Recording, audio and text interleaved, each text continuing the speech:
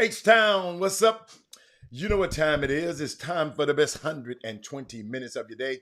The Chop Shop, the nation's #1 urban sports talk show, and also your midday sports happy hour. Yours truly, Robert Hatter, alongside Jim Hicks and sometimes Chris Walker, coming to you live from Houston, Texas. But we're broadcasting all over the world via Facebook Live and YouTube Live. And it is what? Is it Wednesday? Is it Women Rock Wednesday today? I guess it is. My favorite day of the week. Women Rock Wednesday. We got so many things to share with y'all. Oh my good. Let me tell you something. This ain't gonna be no regular Women Rock Wednesday. We got a guest coming on. I got a couple of things I want to share with y'all. Told y'all I got some hip hop stuff I want to talk about. But let me check. Let me see how many ladies we got in the building right now before I go any further. You know I ain't going no further until I have my women. Mindy Collins is in the building. Let's see. Dale Griggs is in the building. Brandon Nickerson, Anissa Veal is in the building. I'm the only three. So I can wait. I can wait. How y'all doing? What's going on? That is Moody said, happy Women Rock Week and a beautiful day in Windy City. Yes, it's it's an overcast day in Houston. Where my girls at? Where my girls at? Did we share the show? Did everybody share the show? I keep telling y'all, man, y'all got to share this stuff, man. I'm telling you, this stuff is. I got so many calls. Yo, let me tell you something. I got a call yesterday. That just blew me away. Just blew me away. Young man who went to middle school with my son. Used to be in the gym with us all the time. Oh, Sonya, is that Sonya? Let me count my girls back up. Sonya, that's Sonya. We got Anissa. We got Brandy. We got Mindy. We got Dale. Yeah. Let me find my sixth lady. She'll pop in a minute. But Sonya, unique conversation, young man. I'm not gonna call his name yet. I'm gonna bring him on the show. Yes, that is Moody. You know I'm gonna talk about that. That is Moody. But ain't no use in me talking about it. I told y'all.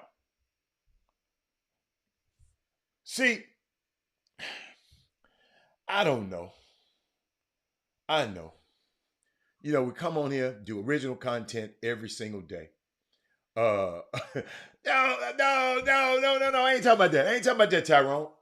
I'm just talking about what even Thaddeus Moody said, talked about Bruce Pearl next to Tommy Tuberville. Man, I keep trying to tell y'all sending y'all kids to these places, man. Y'all got to ask these coaches a little bit more questions, man. Man, ask them who they voted for. I know y'all might not, it don't matter, but ask them. Just let him tell you another lie. Bruce Pearl. Oh my goodness. Never liked him. Every time a young man came, listen to me. I ain't in that business just Jimmy them in. Okay? That's Jimmy deal with college coaches. If a young man come to me and ask me about going to Auburn or one of them schools, I said, man, I just wouldn't send my son there. I wouldn't. And I wouldn't. Y'all got to realize, man, we're making these guys rich. Their wealth becomes power. Later on, they run for office and enact rules like the rules that got David Peavy suspended from a job that he's been doing for a long time he loves because he abided by a court order.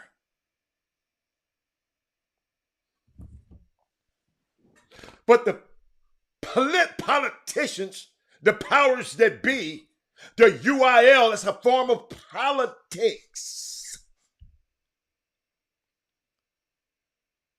Suspend this man. I thought about it again last night. I was talking about, I was feeling for the mom and I was feeling for Anthony Black. I didn't show enough compassion for David Peavy. Man, you coaching your team. You love the coach. And they taking the love. Somebody snatching your love, Brandy, away from you. You feel me? It's just, man, it's just so much stuff. That's why these platforms, that's why I want to hear from y'all. And let me tell you something. This information I give y'all, somebody got to put the plan. I can't do every damn thing. Let me get this straight. I'm just the bus driver. I'm going to put you on the bus. Y'all got to do the work. I'll help you in any way. But y'all got to get together in different subgroups and implement some of these ideas. I can't do everything for you. I'm hoping that I poke a bear out there to say, hold on. Y'all get into, let me show you something that happened over this weekend. Let me show you something that happened over the weekend. Hold on one second. Hold on. Give me a second. Let me tell you something that happened over the weekend. Two young men was on this show. One young man, a friend of mine, said, I'm in the Windy City. So Thaddeus Moody instant messaged him and said, man, that's where I live, man. Let's get together. So don't tell me Robert Hatter got to put y'all together out here. These guys had a light. I hope y'all getting this. I promise you, I hope y'all getting this. You can reach the person who thinking like this on your feed. It don't have to come from me. I'm the messenger, Jeremy Davis. Y'all come back with me with something, guess what? Then I'll help y'all implement more. But y'all have to start it. Start with the people. Martin Luther King didn't do everything. He just showed up at the right time. You had the Bad Rustins. You had the all of these other people that did everything, Patrick Henry. All Martin Luther King had to do is show up.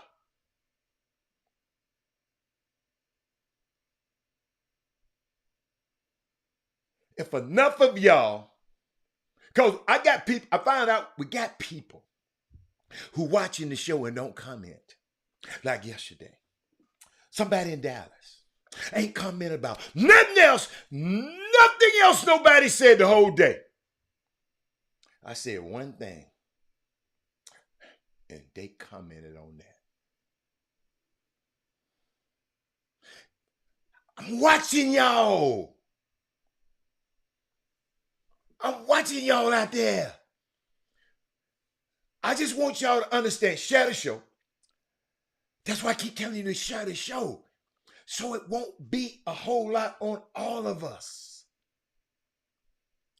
Bloody Sunday happened before King even made it himself. Thank you. Fred Shuttlesworth and all of these people. These people were doing the work, man. All my job is right now. I got all this information. I give it to you. Y'all assimilate the information and make it happen. It's Women Rock Wednesday. Yes, women. Yes, Women Rock Wednesday. The people started the movement. Y'all got, if you don't care about this happening, then okay. But I saw how passionate Chris Walker was on the show. You know, how passionate I was. See, I never had this problem because I wasn't about to be, listen, I ain't telling y'all what to do. I wasn't about to be moving my damn kid from school to school to school. Wasn't happening. No, sir. Whatever you get, you got to get out of that, out of West Side High School. Whatever you get. Village School came calling. We're going to put all you top guys together. I'll never get me, Derek Griffin, the twins, and who else? A lot of them guys come over there. We all went over there and was working out. Well, yeah, we went over there. But when it's time to enroll in school, I said, I take all the basketball workouts y'all doing over here. Craig, Chad Grove, when it was time to go to the 9th grade, we went to West Side High School. The school that he lived around the corner from. So I didn't have this. But if y'all got a problem with this stuff, Summer basketball. Y'all got a problem with this stuff. Whatever you got a problem with, you have the power to connect with each other. I just gave you, Karen Thomas, a perfect example how y'all can connect. Well, Robert, I might not have his numbers. Guess what? Daddy's Moody didn't have Eric Boone's number. They connected through Messenger on Facebook. If you on YouTube, you connect.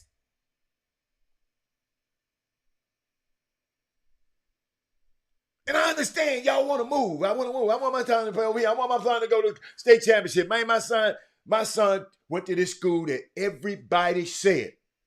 You got to hear me, Rod Wells. Everybody came to me talking about, man, you send your son to a football school. No. That's where we live.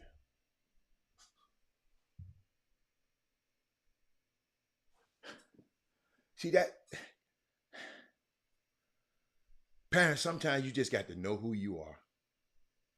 And you can't let these people tell you what to do. That's a football school. Guess what I did? Guess what I did, y'all? I went and told my son what the grown men were saying. It's a little bitty scrawny 8th grader, skinny, with goggles. He looked up and told me, it's going to be a basketball school by the time I leave here. 8th grade going into 9th grade.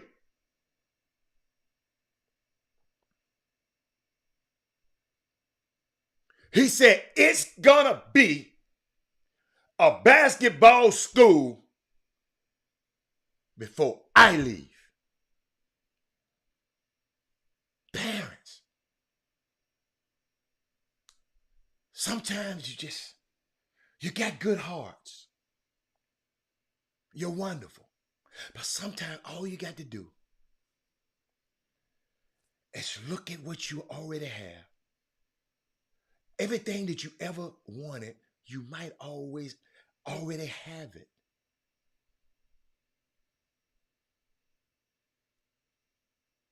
You follow me? I'll never forget. Y'all don't understand. The reason I'm on this show talking about this stuff, I've been through it.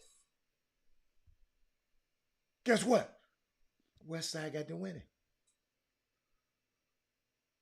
One game away from going to the state championship. He just ran up against 2 pros on the opposite team. Aaron Harrison was up by 12 on them at halftime. Coach took Robert out of the game for no reason. Coach might know more than me. Him and Robert got into it. I don't know. But when Robert came back in the game, that 12-point lead was gone. Going to a state championship, you got to capitalize on that moment. You put the people who he put in for him, just didn't get the job done. I'll never forget it. I know every minute of that game. I sit in agony that whole freaking game. Cornell coach sitting right there.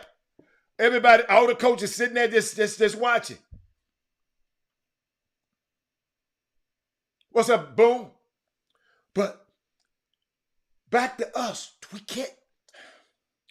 We care about our kids and what the UIL doing with these kids. Let's focus. Just get you some focus groups. Y'all study the UIL. Study the power, where the power comes from, the power dynamic, who makes the decisions. Y'all study that. Get in little groups and talk about it and find out where we can hit them better. Y'all brilliant people on this thing.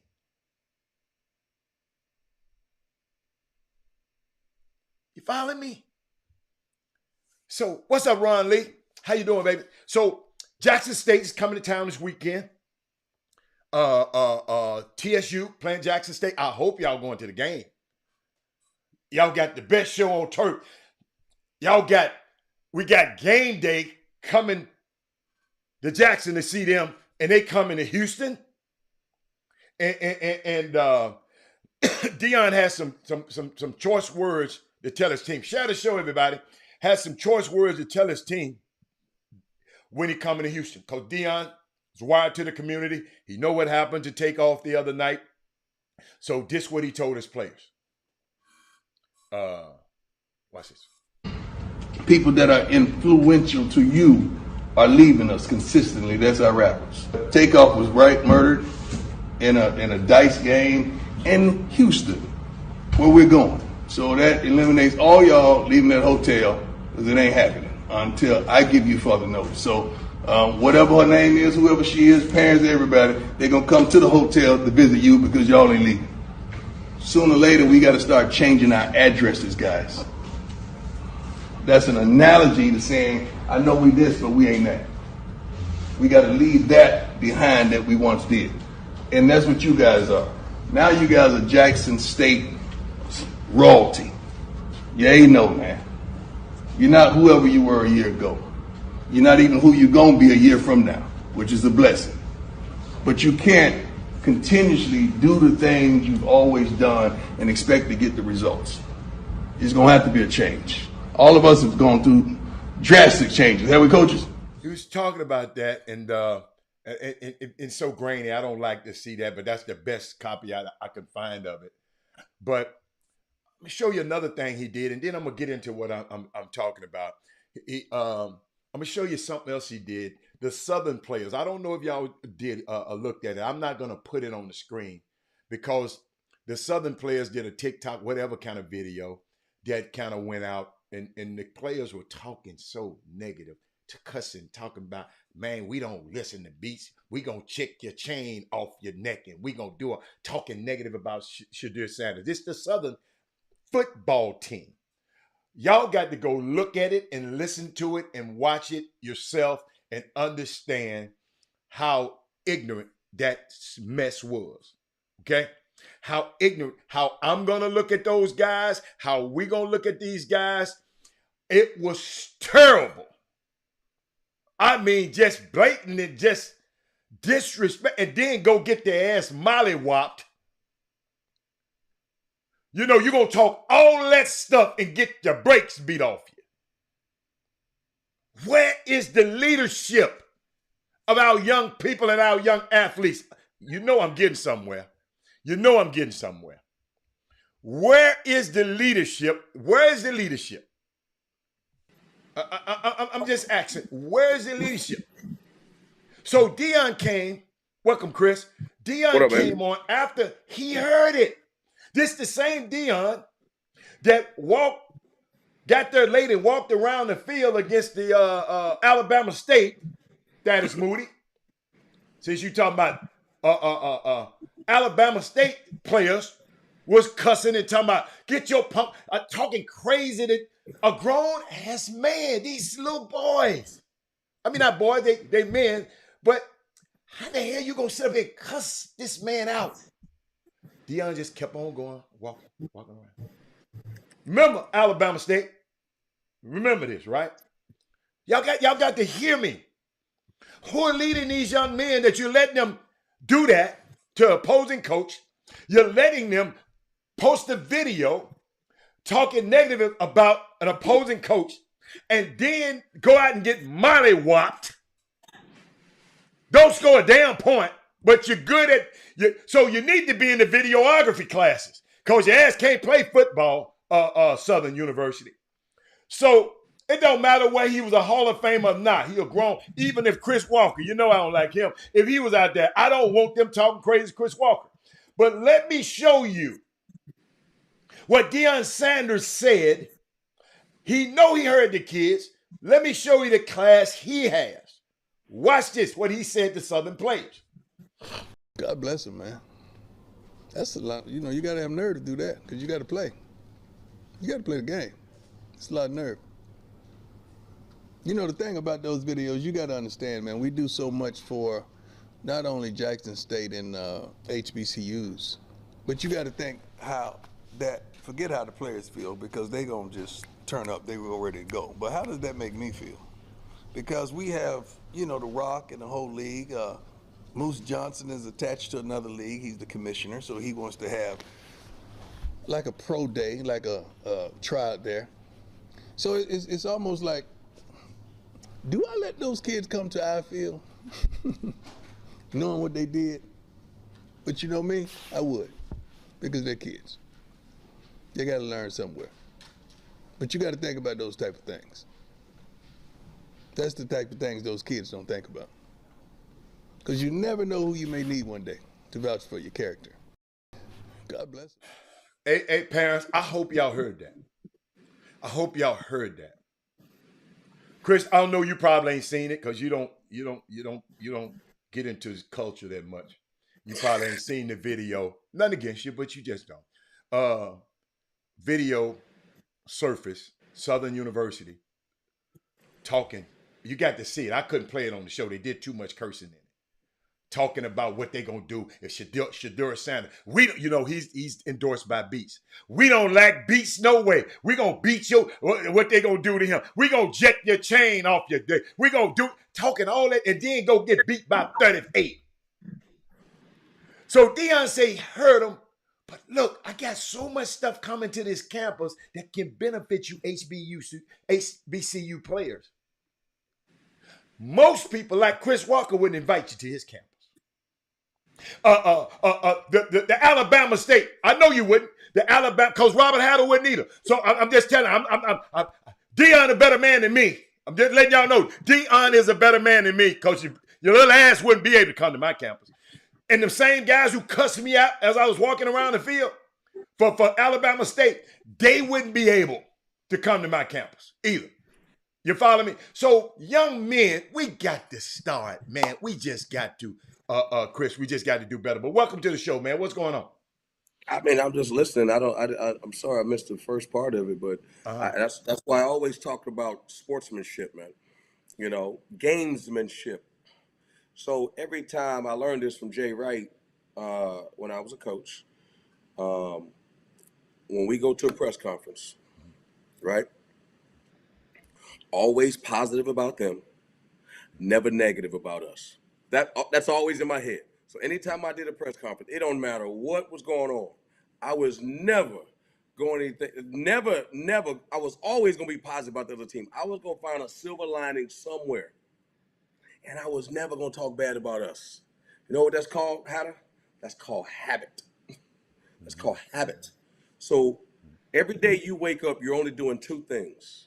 You're building good habits or you're building bad habits. You can look in the mirror and judge yourself for yourself, right? But as a coach, when your players are out there doing certain things, right? I'm telling you right now, Mars is right, the W attitude. I'm telling you right now. And I was telling you this before when we mentioned something about how is that the coach's fault. As a coach, or when I told you those kids were sitting at that table using the N-word, I felt I was embarrassed. Okay. You know what I'm saying? Because I'm like, hold on, them dudes hang around me and act like that. I got you. You know what I'm saying? Hatter, when you was running franchise All-Stars, let them dudes go to a restaurant when you writing a check and acting crazy. Or try to bring some little girl into the room or something. They tried. When you were around. You remember they tried. And guess what happened? Get that head torn off. Call their mammy's dad. What? Let me tell the people. One kid said, Mr. Hatter, don't call my dad. He gonna kill me. You know what I told him? Your ass better be ready to die, because I'm calling him right now. But keep going. But so people used to understand this, man. When I used to recruit, even summer basketball, and I don't know if Troy B. is on here, and I had everybody's got their own style. So look at Deion. Deion's obviously, and I'm going to get to Deion for a second. Okay. I would always tell young recruiters, I said, listen to me, man. You're 38 years old. You're 42 years old. That kid, 15, 16, 17. Yeah. What kind of relationship you think you're going to build with him? Right. But you know what? Guess how old his daddy is. Guess how old his mama is. You're not going to be friends with a 15-year-old, man. You're his coach. You got to get the respect of you got to get his respect where he'll do what you say, but you got to get them parents on your side. Gotcha. Because then if you can handle those parents, not necessarily handle, if you can educate the parents on what they're about to get into, they can then be a conduit for you to get to the kid. Absolutely. It's a circle, Hatter. That's a good one. That's a good one. That's a good one. It's a good one. Deion is saying, listen, man, y'all don't understand. I'm not going to be here always. Y'all don't even understand what I just did for this league, but I'm about to get up out of here. Then what y'all gonna do? Y'all letting them kids come on here and cuss me? Do y'all understand? College game day was at Jackson State. Do y'all understand when they say Jackson State, the next thing they say is HBCU? Absolutely. They're not understanding the play. He's a showman. But guess what? Who's benefiting from it? They are. Yes. So instead of hitching their wagon, guess what they turning into? Crabs. But what? And I'm finding out the coaches my in the God. SWAC, the coaches in the SWAC. Hold up, the administrations in the SWAC. Man, they jealous of the dude. You can't But say what are nothing you about jealous- Dion without Dude, one of. I'm sorry. Keep going. Dude. Let me tell you something. You know why I don't work on the SWAC? You know why? You know why I don't? Again, I know Kevin Allen, Kevin Dranger, they're doing a great job. Yeah. Mike Davis, Yeah. Johnny Jones are doing a great job. Sean, my boy, Southern. Yeah. Shout out all my boys. But damn that I ain't working on the SWAC. And that's not because I don't want to impact young black men. It's Right. not because I don't want to work with African Americans and try to get people to not only take myself to a high level, but take them to a high level too. Right. You know what it is, Hatter? What? They don't listen. Like Kevin Hart say, they don't listen. They got their own way of doing business, and they don't care. I'm just telling you. Right. I'm just telling you. Why you think it's another reason why, and people correct me if I'm wrong, black people don't give money to black schools. Nobody don't give money. You know what they say, which drives me crazy? Yeah. Well, I don't know what they're going to do with your money. Man, you don't ask Bank of America what stocks they going to put your money in when you put it in the bank. I'm Preach, like, Rev. what they going to do with the money? So they don't have scandals on Wall Street? They don't have scandals in Enron? Hey, what about the mortgage scandal? Bernie Madoff? Yeah. People, Robert Sanford? People today still. Huh? Robert, I'm like, you're not going to give your money because they doing what? Right. That's Absolutely. insane. So what I'm saying, that's why some of those places, and again, I love our people to death, but Me too. sometimes you just like, hey man, I love black people, but it's them ninjas. Yeah. I can't deal. And the problem is, if you don't know anything different and you haven't gone outside, ask anybody that's worked in a black-owned business and worked in a business where there's other cultures, and then ask them, is there a difference or not? Yes or no. And it could be like, yo, the black-owned business is the best, or this is because I know people that have done both. Yeah. And what happens is, there's a different way of doing business. There's a different way of doing business. How do you a black-owned business, right? You ain't never worked for nobody. I did a long time ago. Just the last 30 years. Yeah. Okay, that's okay. Really? Okay, Yeah. you only 42. So Yeah. what I'm saying is, how to think about this. What if you went and worked for Arn Kellum? What if you went to work for Excel Sports? They've tried to. Okay, but you don't think you see the world differently? Of course you would. It's a different world, different people, different culture. I don't think And I'm I not would saying think it's it. bad or good. It's not fair to say me because I've been on that side of the world. It's not fair to say me. I just ain't been around black people all my life. This last 30 years have allowed me to deal with people. You got to understand, my firm, we used to work for Alfred Tubman, Chris, because you don't know the history. Alfred Tubman was a very rich man that built the Palace of Auburn Hills. I helped them. We helped do that deal for him to acquire the land and to do that. He was a billionaire back then. So guess what? That world right there. So somebody asked me. I said, let me tell you something. An old white Jewish man allows some brothers to come in and help him do his deal. So that's why I'm saying it's not fair, because I've been, never forget, negotiating a deal for Penny to go for the Blue Chips movie, right? Later on, them people said, man, that was one of the greatest things. Y'all got to understand, man. I negotiate whatever city Penny went in. Me and him had to have a driver and a car. Y'all got to know, he never did no movie, but I just said, if y'all gonna inconvenience him for these months before he go into his draft, I'm gonna make it comfortable for him. We had unlimited amount of tickets. It's in the contract, Chris. Because I learned from the industry. I had to talk to some people in the industry. I can fly anybody I want to come see us. I said, look, Penny gonna be homesick. He gonna be away from his family. Y'all taking him to all of these places. He got to be able to fly his mom, his girlfriend, whoever he ever want to fly, anytime he want to. Everything. I mean, even the hotels we stayed in. So, Chris, it's not fair, but I understand what you're saying.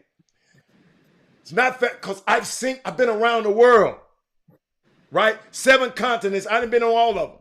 So it's not fair for me, but I know what you're talking about. Regular people might see that world different.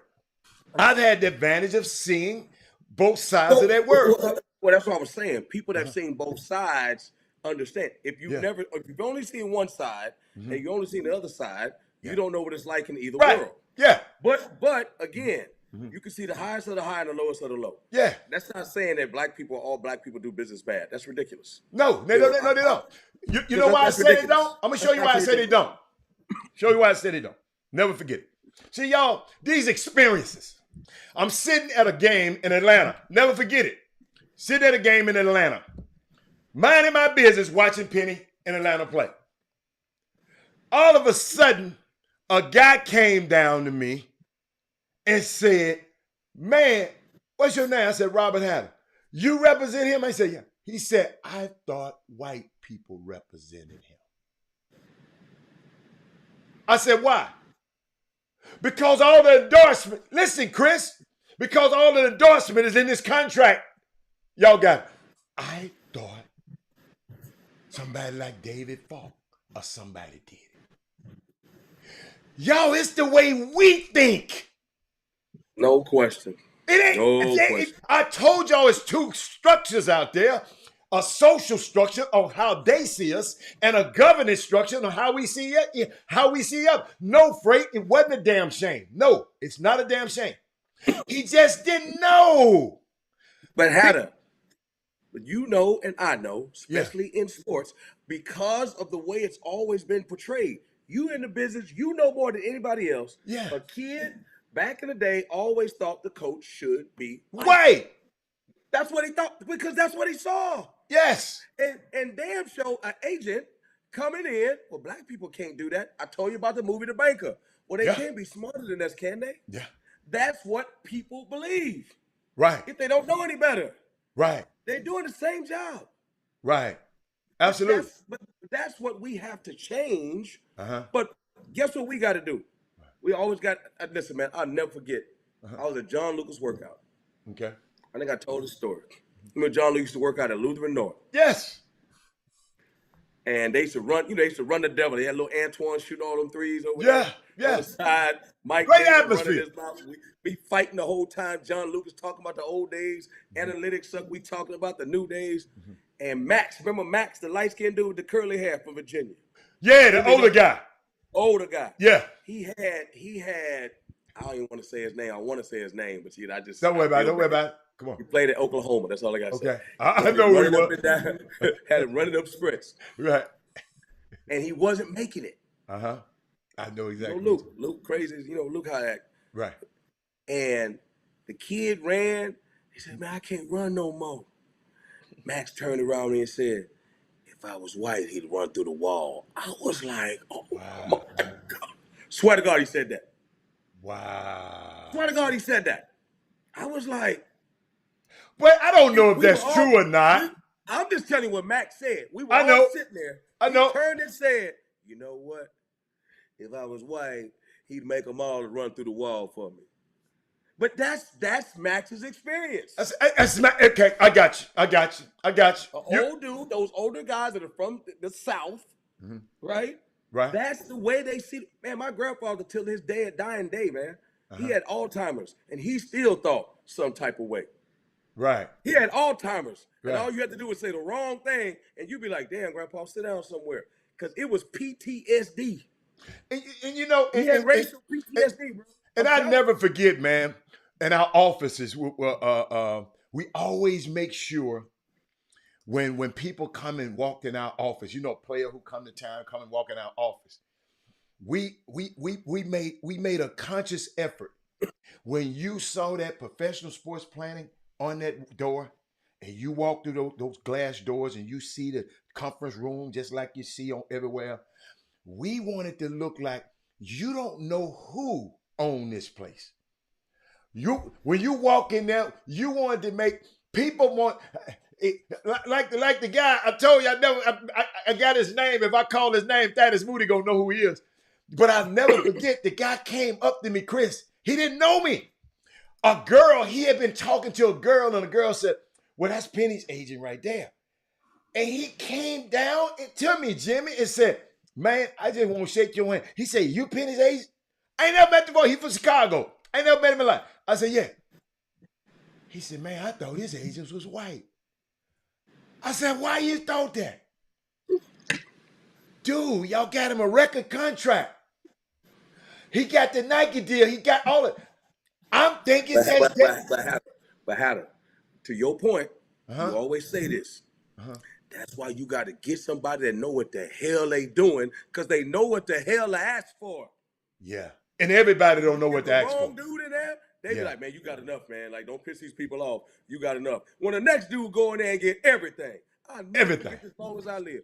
My boy was a head coach. I want to hear this story. I was so mad at him. He had taken over at Cal Berkeley, right? Quanzo Martin was the head coach. Quanzo had tickets to the Niners, ticket to the Giants, tickets to the A's, tickets to the Raiders.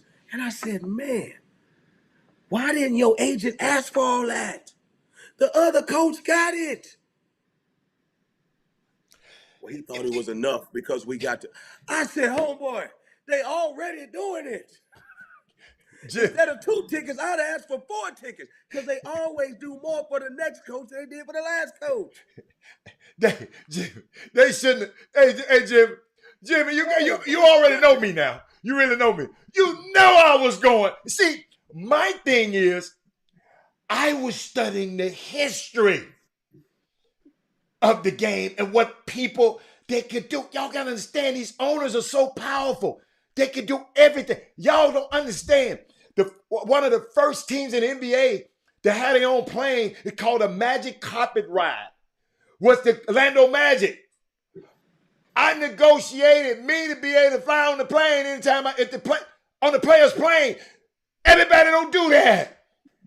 Was my boy that in? Who? My boy was there, huh? Who? Oh, Alex Martin was there. He was. He was just a media guy then. The media guy then. He was the media guy then. Alex, man, I watched Alex just be. Look, I'm not saying it because the man went from the media guy who used to be the guy. Y'all gotta understand. I'm gonna just tell y'all the truth. Y'all can tell him I told. Man, Penny didn't like to do no appearances. I'm just telling you. Y'all see him out. He love y'all. But guess what? If too many of y'all asking for an autograph, guess who you used to be mad at? Man, he gonna sign all y'all autograph and love y'all and hug y'all. We get in the back. Man, why you let me do all that all the damn day? So Jimmy, he was so Alex Martin used to always use me to get the penny. This man went from being the media guy to the president of the Orlando Magic, man. Hey, Stuart Scott went from the guy who, Jimmy, when I told you, when we first got to Orlando, they wasn't serious about us, because they thought they was going to get Chris Webber. We get off the plane, Stuart Scott had the big camera and the mic. That means when you got you producing your own stuff. I'll never forget this. So after that, we looked around, wasn't no Orlando Magic people there to pick us up. Stuart Scott, the one drove us to the damn arena. This how disrespectful. They weren't thinking about Penny in the beginning. And then when Penny went to that practice and told Nick Anderson and all them boys, then the next thing you know, things changed. But it's just unique, Chris, that I'm sitting there thinking about we as you saying, we just got to think and be exposed to different things. Listen, man, if you know what you're doing, that's why I always tell y'all. Now, don't go try to do this stuff if you don't know what the hell you're doing, because these people going to counter. Listen, I'm going to help you out. They not just going to give you this. No, hell no, because it's money. They not going to give you this. When I walk, you can't go in there and say, I'm going to give y'all a secret. You can't go in there, Jimmy, and say, get Ty Law $50 million. Ain't never been gave to a cornerback before. Can't say that, Jim. Get what I had to go tell him. I said, do you know who we knocked out of the playoffs last year? Peyton Manning. Y'all just paid him a whole lot of money, right? He determines how good Peyton Manning gonna be. Every time y'all beat Peyton Manning, it's because of Ty Lawler picked him off. He didn't shut out a whole side of the field for him. So to me, he's just as valuable as Peyton Manning. So you got to pay him. I don't care what you pay these other cornerbacks. You got to pay him because of his effect he has on the guy that'll keep you from going to the Super Bowl. Chris, they said. Yo, that's how you have to come at people in anything you're doing. You just can't come into Terrence Arsenault got it, so you got to give it to me. No, you better come in there and tell them why you deserve it and not worry about nobody else. But Jimmy, what's up, man? What's going on? Hey, welcome to the Chop Shop. Right now, everybody need to share the show. Share the show to your timelines. And I'm getting right back. Have y'all talked NBA yet? No, we ain't talking nothing. We just that me and Chris. You know, me and Chris just got our own thing. We do our own thing.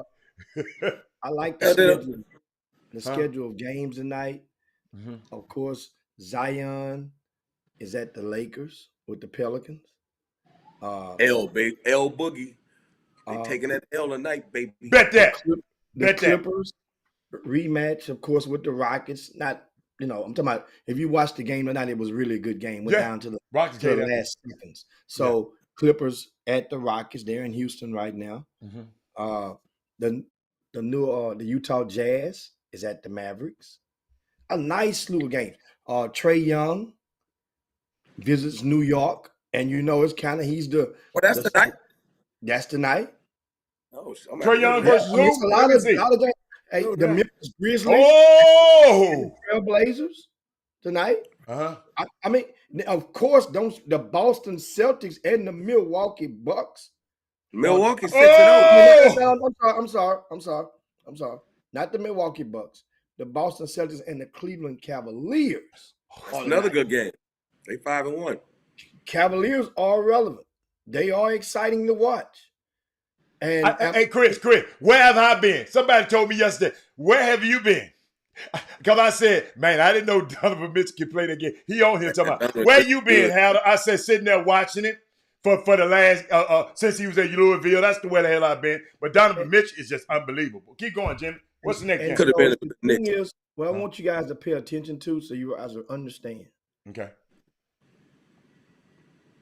There's a growing number of teams that have at least one player or coach from the state of Texas on their roster, running everything. Rod Wells. Tell me what the Dodgers. Quit paying attention to Rod Wells, man. Finish. I'm sorry. I shouldn't have put it up there. You paid attention to him. You asked me not to pay attention to him. You paid attention to him. Hey, Jimmy, you supposed to pay attention to the people on the field. Yeah, but the Dodgers ain't they playing. Throw that head off. Throw that head off. Well, the Yankees change the subject, man. The Yankees playing? When are the Yankees playing? I didn't mean for y'all to change the subject. When are the Yankees playing? At the game of the third row, they said, man, Bryce Harper came up there and said, it was gone. I'm like, God. Hey, man, Jimmy, okay, let's change it. We're going to tell, no, you got to hear this before I guess come on. Jimmy, what the hell? I told you guys before, there's two different types of ass whoopings, a good one and a bad one. That was a good one. Good one make you go to sleep and get amnesia. A bad one. I'm not gonna let you get out of this with this one. Tell me about what Mindy, which her smart, know everything, but how y'all why you and Jimmy didn't call Lance McCullers and tell him he was tipping his pitches off? I mean, that's part of the game, man. I know, but you know what? You know why I like that? Because they know that we have the most vile, pitch stealing, sign stealing guy in all of baseball. I got you. And that's Alex Bregman. Yeah. Okay. Everybody would tell you Bregman is the guru. He didn't steal that last night. He didn't steal that last night. He didn't help him last night. That's all tight. So now we've been trying to play this game without stealing nobody's sign. Oh! We're trying our best. So guess what? Keep the same energy. Keep the same energy. Just watch. Watch what happens. How this stuff turns. I got 2 words for you, Jimmy. Payal. Hey, man. Bryce, no, this is what made me mad about Bryce Harper. This is what made me mad, Jimmy. The man knew when he swung, it was gone. Immediately. Like a turkey through the cold. You all See, I ain't no baseball player. I ain't never hit no home run, Jimmy. You hit it, you know it's gone. In most cases, you know it's gone. Yeah. Jimmy, he knocked it. Jimmy, that ball's still in the air right now. That ball ain't came down yet. Well, I mean, guess what? That was a very good ass whooping. Okay, he like that. Dusty Baker. Chris, don't let him get away with that. Dusty Chris. Baker had been out coaching guys for all of the postseason. He was overdue for able to come back to hunt him one time. It came back to hunt him. And guess what? Guess what? I would rather lose 7-0 than to lose 7-6. Hold on. 7-6, it makes you not want to sleep. Jedi mind track, Jimmy, is not going to work. We're not going to let you get away with that. Hey, Chris, tell me something. Why did you come up in the camera like this and say, yeah, he moved up in the camera. Jimmy, did you see him? Because that's Jimmy's word, payal. Listen. No, Jimmy talking about whoopers. Yeah, listen. They brought out a can of whoopers on us last night. Jimmy trying to put that Rosewood all we gotta on us. do, We ain't trying to have that Rosewood is to win one game. Okay. All we gotta do is win one game. Philly Bella had won that game last night. Are you serious? If they don't win that game last night, what the hell are y'all saying? Oh yeah. Philly's done. Bella had won. Yeah. It just so happens that they won in such grand fashion. They won in such grand fashion. Say, guess what? Chris Walker. Can't believe you wore that hat to show. Can't believe you wore that hat. He's the type of guy. Hey man. Now, despite everything he's saying, Chris will get it right in the middle of New York City tonight, and will be Astros down, rooting and tooting for the Astros. He probably do behind our back, man. He do behind our back. Yeah. I'm from the H, man. Type of guy. Yeah. I'm from the H. But man, I just don't see how you can live like that. How can you live with all them people inside your body? Like live and just like cheer for whoever I want to cheer for. I don't have, and they not playing me. Okay, you like me. Okay. You like me. I ain't never cheered for the Astros ever. Who? I love them. Ever. Say what happened, Mattress Mac? I called my grandmother last night. I don't know. Hey, what happened, Mattress Mac? I already got into it with somebody. I don't know what happened. I didn't see it. They said Mattress Mac got into it with somebody after the game or during the game last night. I was too busy helping Emi Adoka with his contract last night. Hey, man, leave these people's wives alone, man. Hatter. What? I'm going to bow down because I told you he'd never get a job again. There you go. No, send the video to him. No, you know what? You were just talking and mess with me. I know you were. I don't think you thought that. Really. I really don't. Dude, because, see, y'all got to realize, listen to me. Y'all hear me now. I'm going to tell you something without telling you something, right? So you got to hear me. What, Chris, how you do? I'm going to come up in the camera like that. Listen. Hi, y'all. What he did to that particular, what happened in the dynamics of that particular place at Boston, it was horrible to Boston and Danny Ainge. That girl was Danny Ainge, like nanny, like family to Danny Ainge. When Danny left, the girl who he had the consensual sexual tryst with, that girl, Tryst, yeah. Okay, so the girl, I'm helping y'all. The girl was now Brad Stevens' assistant. Okay, all right. So it's like family. And dude was, they told him, man, leave her alone, player. But he kept on. Whatever clean off little mama was doing, he liked it. Y'all hear me? I'm just trying. What you say about the soundproof walls? Soundproof walls? Well, I can tell you about it. Think about it. This young lady, Brad Stevens, a family man, he get off. He the president. He ain't the coach. He goes home. But his assistant, stays behind and makes sure all the work done. Guess who else is in the building late at night? Who? The head coach. So guess what? That friendship. What the assistants? Just sparked. They go home too. They just sparked the relationship, Jimmy. Jimmy, you know how with sparks just get together, Jimmy, and just keep on. And stuff happened. It's happened. Some of you old nasty people on this feed, that didn't happen to y'all somewhere before. Yo, man, hold up. Since we talk about the NBA, I'm gonna be honest. You know what I watched yesterday? What you watch? I couldn't sleep last night. Why? Because my grandmother was upset because them Astros got their head torn off, and I had to call her. Okay. Okay.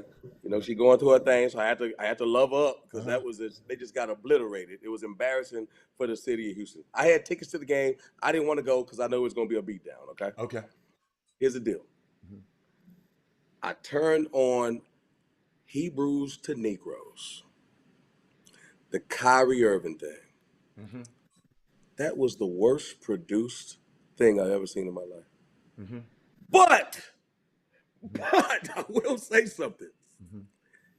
If you're an empty vessel, don't watch that. Okay. Don't watch that. If you're not a critical think, if you don't think for yourself, don't watch. Do not watch that. Absolutely. Absolutely. Because it wasn't 100% wrong, but it wasn't 100% right. And I understand that. You got to be careful when you watch stuff like that. But my question to you and Jimmy. Whoa. And what I didn't like about Kyrie, I love, y'all got to understand, I'm not letting these folks tap Kyrie head on because he mean the world to me. What about your boy Barkley? I just, something about him I don't like. He don't mean the world to me as much because I don't like where he be coming from. His spirit ain't right. And I got, you remember I told y'all, I try to protect my energy. People like Charles Barkley, I protect my energy and not talk about. But when I looked at, I was thinking about Kyrie, and I know some of the things because I talked to some scholars, and they were telling me about what was going on in the film. I haven't seen the film. But my problem is, while we mad at Kyrie for posting it on his feed, but we ain't said nothing to Jeff Bezos for distributing it so Chris can put his money because he got Prime and he can get it in Prime. Jeff Bezos is the one that's profiting. Hold on. He's profiting off it. $10 to rent it, by the way. $10. Yes. Jeff Bezos and Jimmy. The reason I mentioned Jeff Bezos because I'm talking about the NBA. I know for a fact they're courting him right now to be the new owner of the Phoenix Suns, Jimmy. So guess what? We're not saying, look, Jimmy, you're not even shocked. I know Jimmy said, well, we can't talk about Jeff Bezos, Robert. He's rich. Why can't we? He the one is actually distributing and benefiting from it and promoting it. But we get mad at Kyrie because he put it on his. Hold up. Kyrie got 4 million followers. Jeff Bezos got 1 zillion followers. But it's been out since 2018.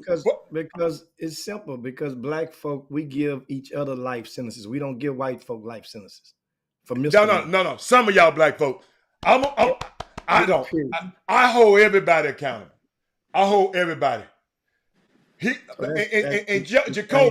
Jacoby, you know, I know you're a young man and you just really don't understand. Why are you saying, I just gave you another way to look at it. So shouldn't Jeff Bezos apologize to? See, look what I'm talking about, Chris. Kyrie, let me ask a question. Hold on. Let me ask a question.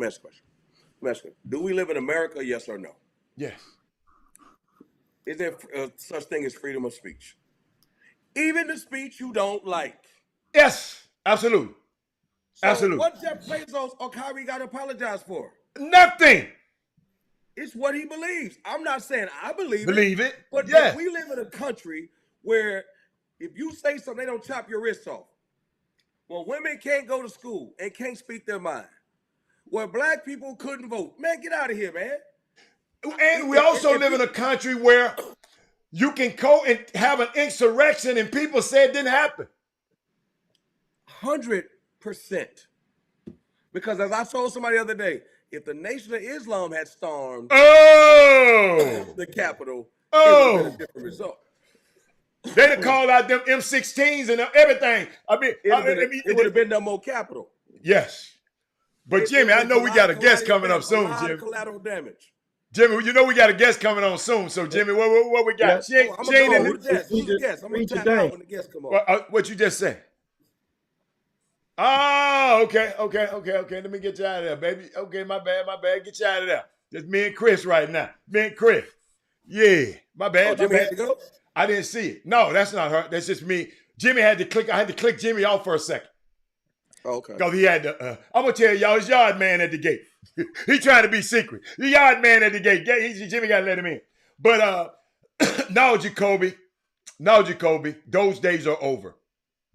Those days are he over. don't have to. I mean, here's my thing. No. Everybody's saying, Cal, I take exception, man. Let me tell you something. When you sit at that desk, Charles Barkley, Shaq, it's like you said, Hatter, about Ice Cube. They're the same way. Yes. They don't. Shaq is not a historian. I love Shaq. He's not a thespian. I mean, I'm just saying, like, he's not an academician. He's giving his opinion. Yes. Information. No. He's an entertainer, but keep going.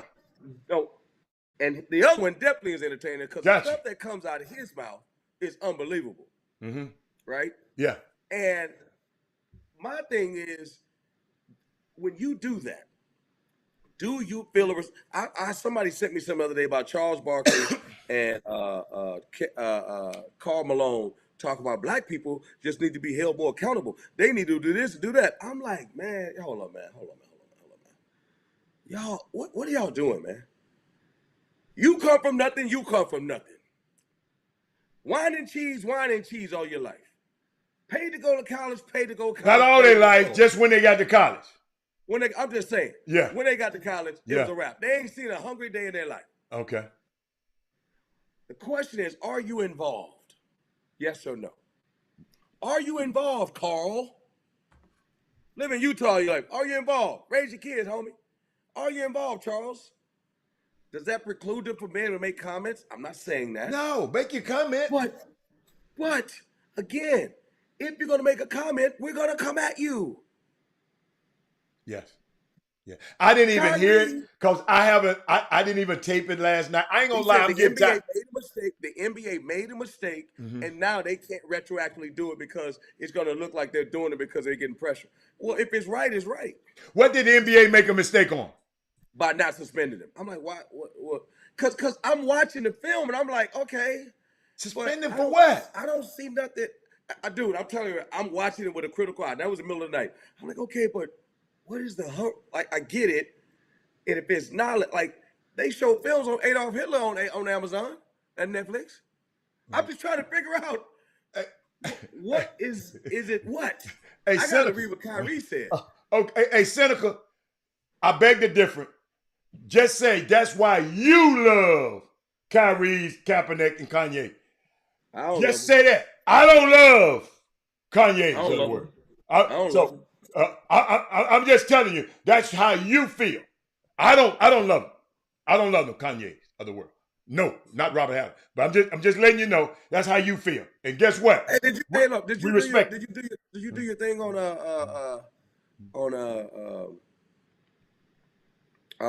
Takeoff hip hop? No, I ain't did it yet.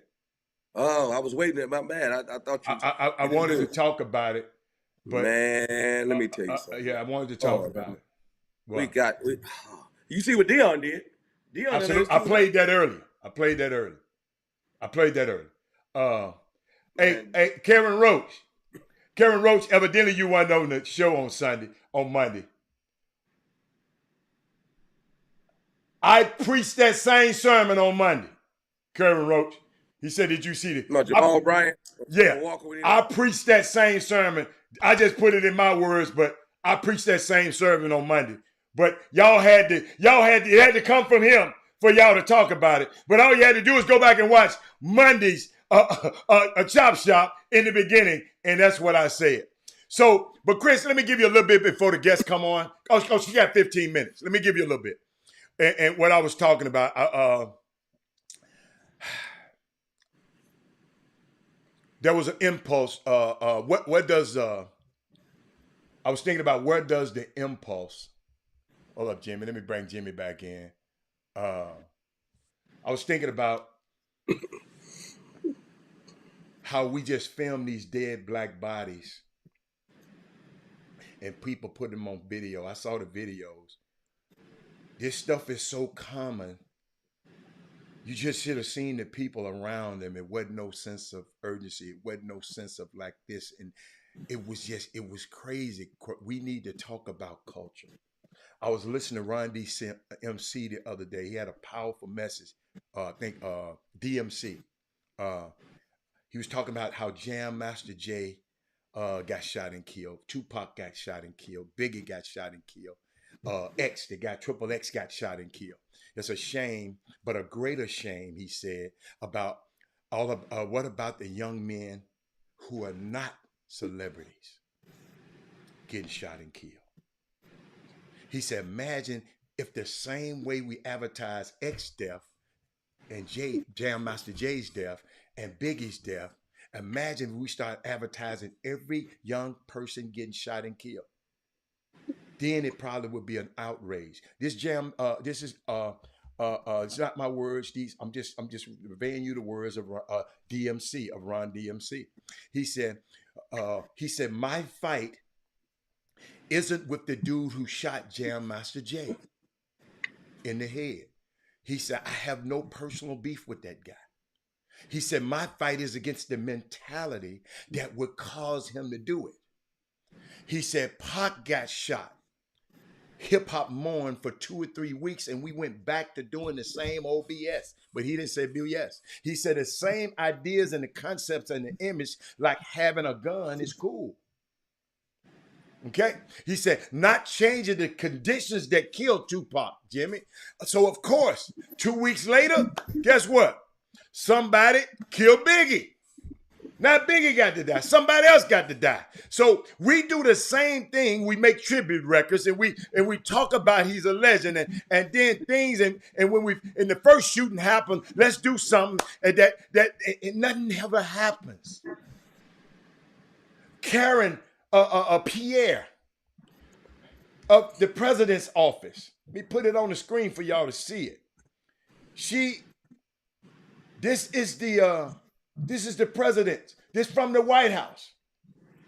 They've been talking about, she said last night in Houston, award-winning recording artist, Kersnix Kari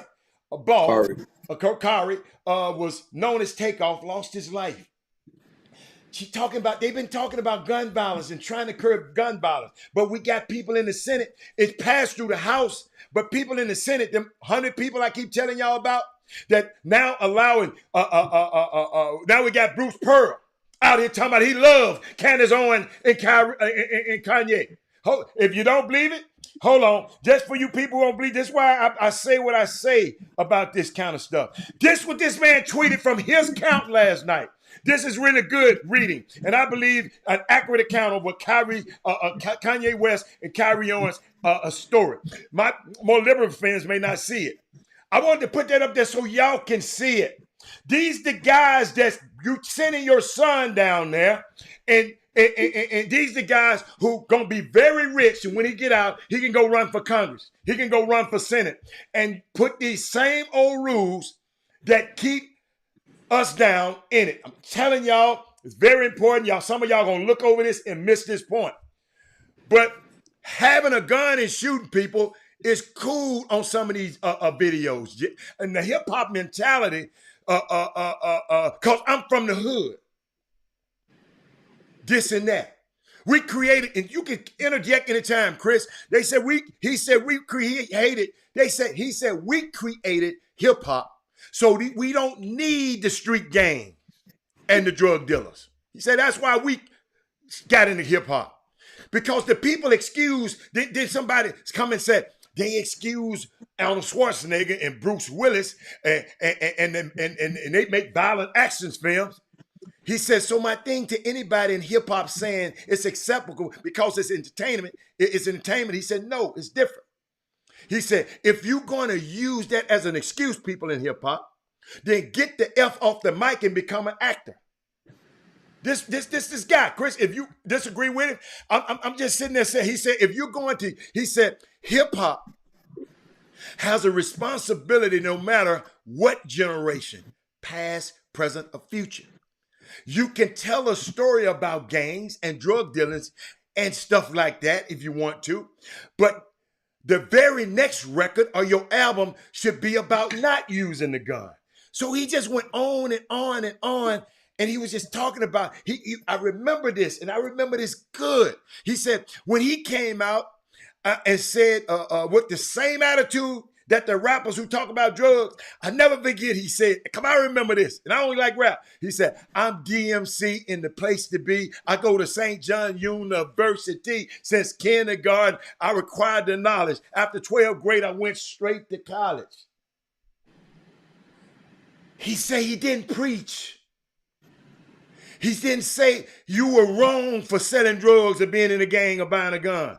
He said, but the guys in the gang, they came up to him and said, like, DMC, you one of the baddest dudes on the planet, man. And you said you go to St. John University and school is education is cool. He said kids used to come and tell him, when you did that rhyme, Jimmy, just because you said it, you made me realize I didn't need a gun. I don't need to sell drugs. He said, I went and got my GED. He said, now I got my GED because DMC said education is cool. Then he made the analogy, those tennis shoes, the Adidas, they rapped about it in their thing, and people to this day on their song are wearing them shell-toed Adidas because of what they said. So rap music is very influential. You said it. You always say it. These people, listen, I had to go back and think about, I remember DMC saying, I went to St. John's University.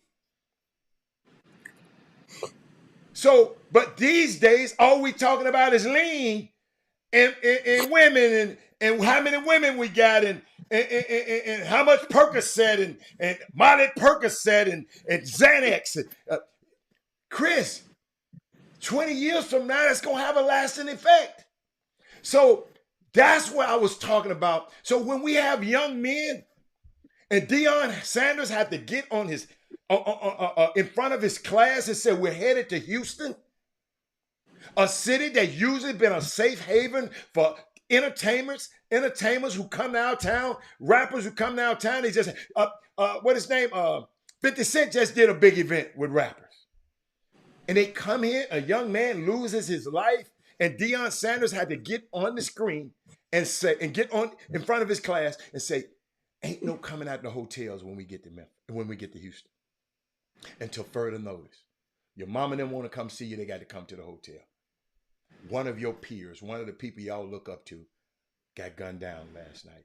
So Jimmy, our guest is in the green room. I want to bring her in, Jimmy, but I'm gonna give you the honor. Y'all want me to go off? I can go off. No, not yet. You just stay there. Stay put. She goes, I want her to know you because guess what, Chris, you the one put this band together. So I want her to know the history. There's some history behind this. It's this symbolic of something. But Jimmy, go and do your thing, baby.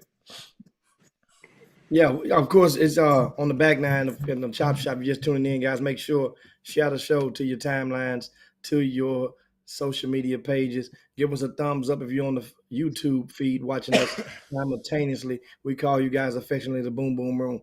And don't forget, during this hour, two of the female viewers will receive VIP passes to our annual birthday bash, which takes place Thursday evening in Houston. And we're going to have a viewing party. We're going to view the Houston Texans versus the Philadelphia football team. Pigeons. Philadelphia Pigeons. The Birds. And then, of course, the Houston Astros will take on the Philadelphia baseball team as well in the World Series game. That would be game 5 on Thursday. And don't forget, we're going to give out passes to at least 2 females, you plus a guest, during this back nine. Now, share the show. This is the time right now. We always give you guys something special. Women Rock Wednesday is today.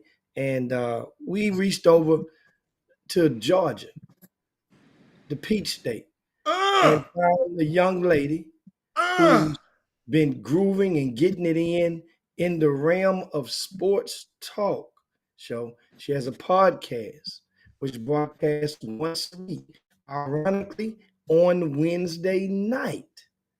And that the name of that show, Chris, is called, think about this. You know, you got LL Cool J. Okay. You got LL Sports 2. Means ladies love sports 2. Not TOO, but the number 2. LL Sports 2 with TJ. And of course, TJ, that is our guest, and her name is Tina Jackson, and she is live with us right now. I'm gonna bring it. And guess what, guys? There she is. She's suited and booted. What's up, fellas? Good afternoon. Your favorite team, Thank y'all so much for having me on the show. Ready to chop it up. Hey, now tell us the title LL Sports 2. What kind of TJ? What kind of hat you come on? Oh, you see it. You see TJ, it. you know what show you coming on? You see it. What kind of hat you got on? You know what show you coming on? This is a Dallas Cowboys show. My apologies to you. No, it's not. This is a Dallas Cowboys show, girl. What you doing? No, it's not. My apologies to you. And you. Y'all didn't prep her? Hey, that's why I'm glad she came on. I'm glad she came on. We got TJ, we got a bronzexual that guy's up over you, and he's also I don't know who he like because he get mad at Dak. He get mad at everybody except Jerry Jones. He loves his Jerry Jones. Jerry Jones is the Dallas Cowboys, and that is why they will never, ever succeed. You can't have the owner be the coach, the wide receiver, the quarterback, the GM, the water boy. I'm sorry. No, you're right. He everything. Did I say that out loud? See, Jerry's problem, Jimmy, was when he went Did he leave? No. He his charge always. He don't charge his computer up a lot. I'm gonna tell it on him. He don't charge it up, and when it start going down, when it's get at the end, it get that internet get to doing it like this. So he back down. He back there. That's the thing. They do real good in the beginning, just fall off. Watch. He back. I just moved it. Hey, I moved it next to you. Listen, am I good now? Am I good? Man, what the hell she doing wearing that hat on this show, man? What is going on around here? You didn't vet her, Jimmy? I had to ask her. Yeah, I'm better. Say, hey, wait a minute. Hold up. I got to ask TJ about this. TJ, I affectionately call your quarterback, Jimmy Garoppolo. I call him porn star Jimmy. No, you don't. That's Stephen A. Smith. Okay. But I call him porn star. I call him Jimmy too. But guess what? I saw the video too. Did y'all see the video with him and that girl? He took her to dinner, and then nobody tell him, man, you can't take her to dinner. Balloons. She had two midgets. She had two midgets in her chest, and they all being all cool at a place that everybody go. Somebody didn't tell him, man, you can't do that, Jimmy G. Well, Robert, talk to me. Talk to me. Man, you know how men are. Y'all don't think oftentimes when it comes to certain things. And whatever the man does in his personal life, I can't help that. I can't even say I don't condone. I don't care. I don't care what the man, just as long as he show up on the field on Thursday, Sunday, Saturday, whenever day they playing. Tina, you don't see the playmaker doing that. I care. Stop getting safeties. That's all I need him to do. TJ, I care. You know why? Because it wasn't in public. You said what he do in public. That wasn't in public. He brought the girl out to the thing. If he'd have had him over the crib, I'd have said, do your thing, Jimmy. But you don't come out and go to, you don't come out to go to Spondivis with her. Well, if he wanted some Spondivis with that girl, that's what he wanted to do that day. Now, Well, and guess what? And I'm going to talk about it. Get it. You do that. And I'm going to talk about what he does on Sunday, Thursday, Monday, and every other day we play on. And here's the thing, Miss Jackson. Get her, Chris. He terrible anyway. But listen, though, did you tell me she was in terrible? Now, we done been to the Super Bowl within the last 5 years. Now, terrible is what y'all did, and don't know how to run the clock. Come on now, Chris. Whoa, that's terrible. Whoa. Dak is back. Slow down. We'll be there this year. We'll be there this year. Listen. Y'all still a team that ran on Kaepernick. Hey, Jimmy, didn't you say, hold on, she's from Atlanta? Kaepernick, Kaepernick is a different story. Now, see, there you go. That's below the belt now, Chris. No, you leave Cap alone. Y'all didn't pick him up.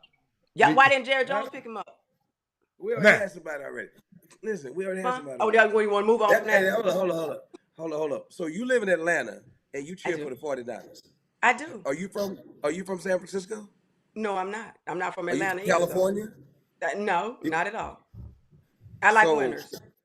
She from Kansas. Oh Lord. So you used to be a Cowboy fan then? So she from where? Where you from? Where? She from Atlanta. I was raised in Kansas City. 49ers. Well, what?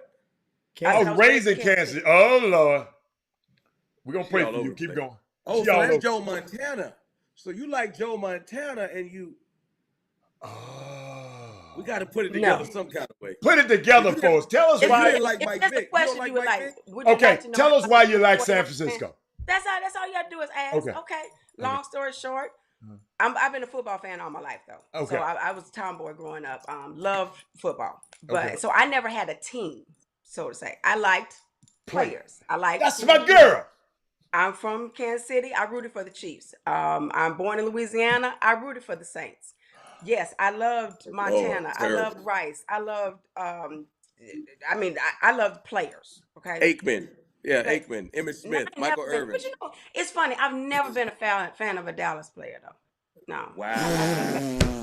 Never. I don't know what it is about that star, but that star was delusional. That star is too high in the sky. I get you. Keep going though. My bad. Okay. Well, all right. I don't know about that, but okay.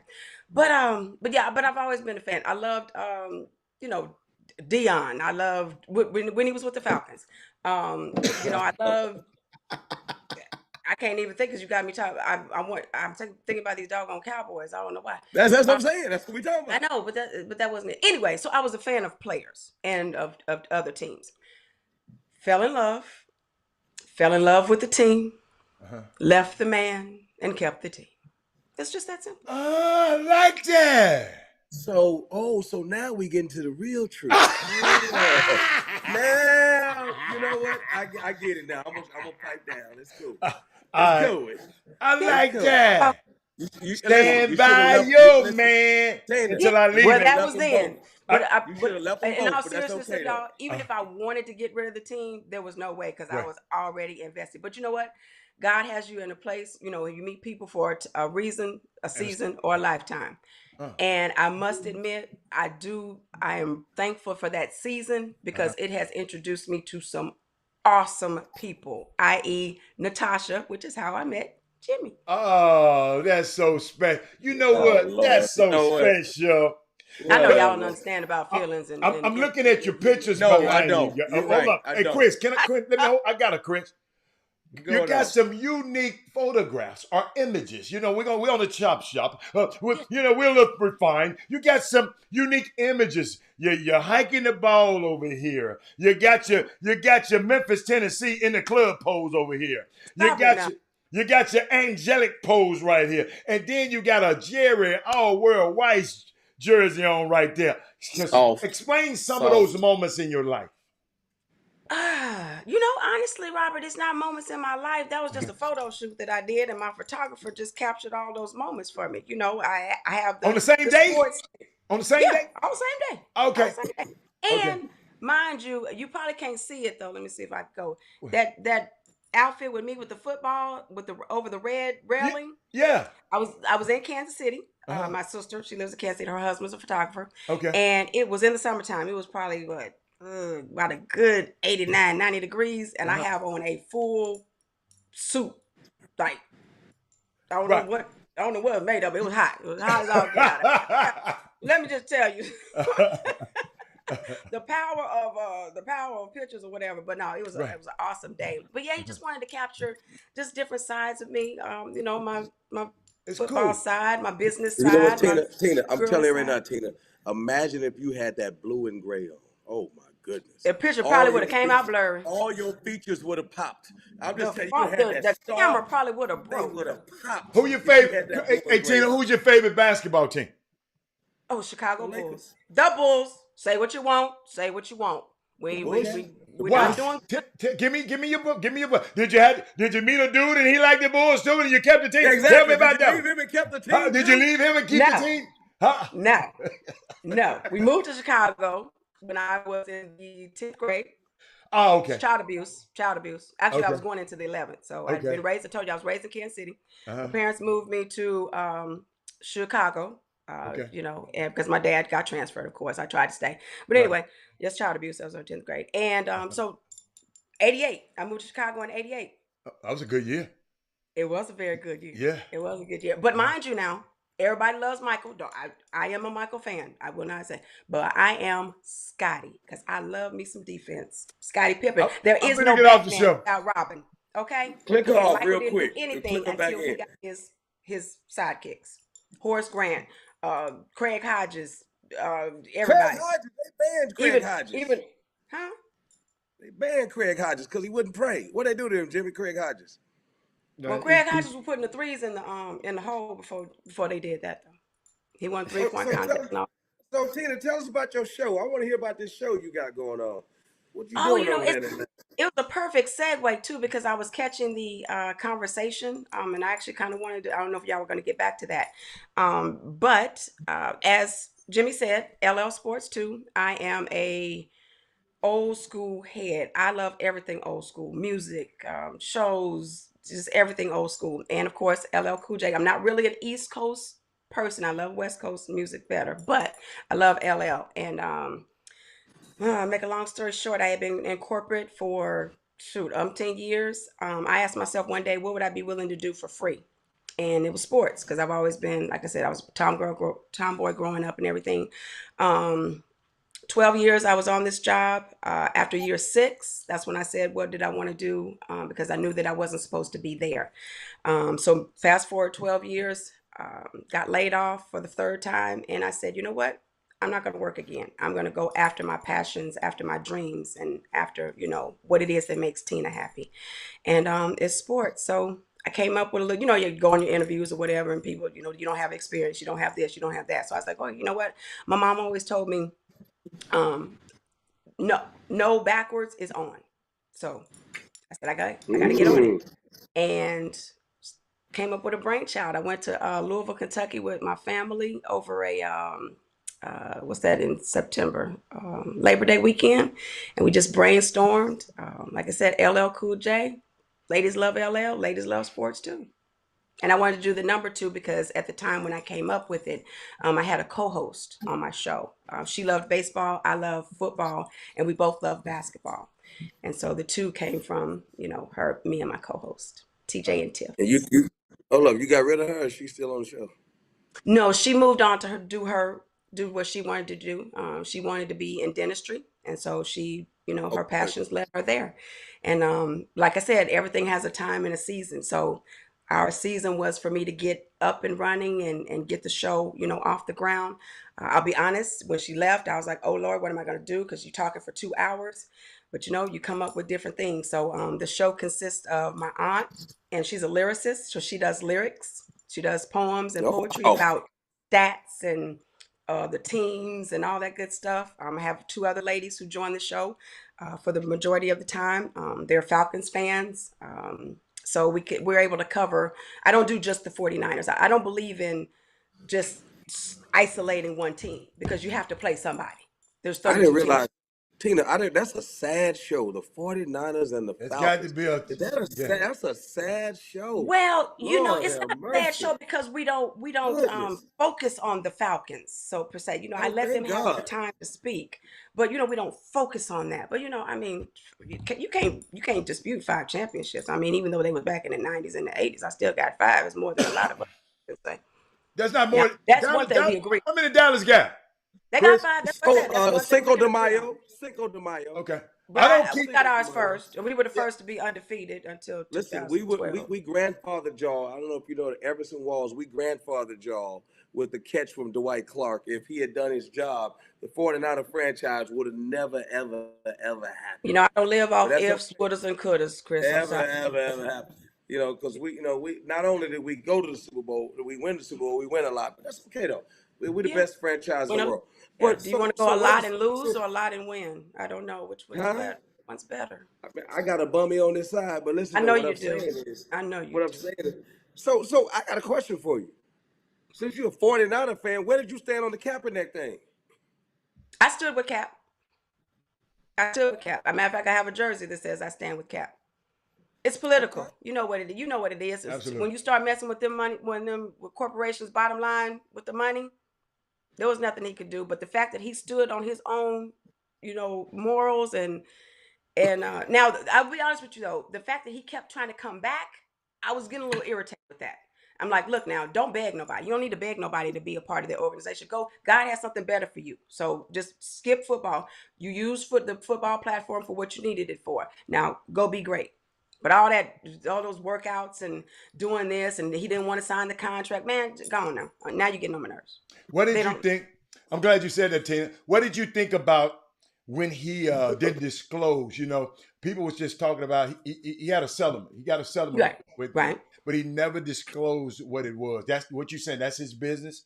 It is his business. That's his business. I don't know what he got. But if that's his business, then why are he worrying about other people who benefited from? Because he got to talking negative about Jay-Z, talking about Jay-Z wanted this, he wanted this, and Jay-Z, other people are benefiting, but he also benefited. But he never disclosed. I mean, if he'd have just shut up and left everybody else alone, I wouldn't have understood it. But if you're gonna challenge somebody else with how they benefited, then and you sit back and have your settlement, and you don't tell people what you got in your settlement, then it's a little hypocritical to me. So that's the way I was thinking about it. I agree, and I totally agree with you on that, Robert. Sometimes I don't think people thoroughly think things through when they are wanting to do something from their side, i.e. not disclosing, but then they want to try to point out or bring out other people's, wrongdoings or whatever. It might not be the exact same thing, but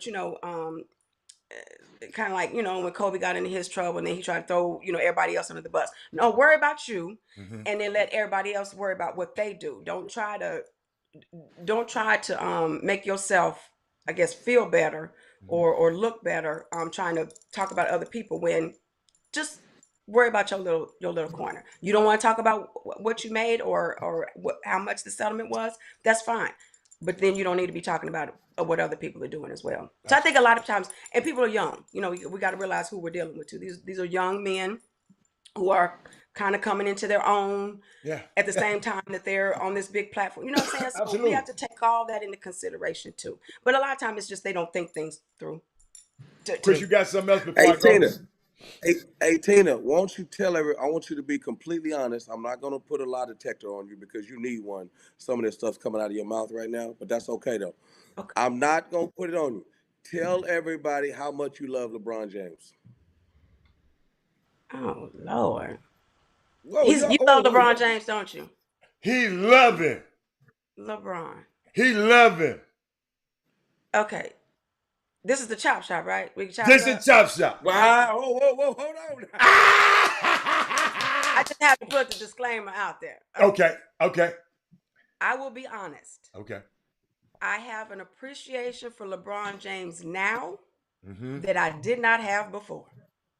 You have to understand, I am from the old school. Okay. I don't believe in all that hip hopping and jumping around.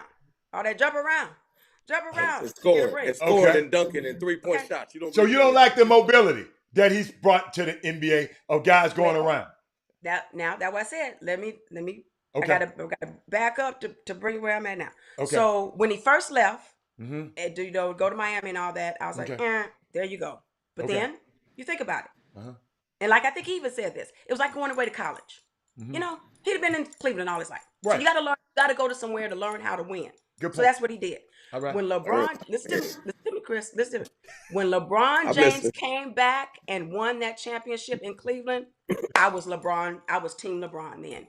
Because my thing was, you can't just leave the city high and dry like that. Come on now. And then, but if you notice, he wasn't happy either. When he won those championships in Miami, you saw how he was. He was like, doing all this. But when he won in Cleveland, he was happy as hell. He was happy. Savannah wasn't happy, but keep going. He was happy. He was happy. Go back and watch. He was happy, because he had finally won. Right. But when he won in Cleveland, it was a different. He was ecstatic. He was like, "This is what it's about. We love you." Yeah, what about when he won with them Lakers? Huh? What about when he won with them Lakers? That ain't no real championship. No, that boy was in a bubble. Anybody could have won. Oh, if you really want to hang your hat on that 17, why did anybody win then?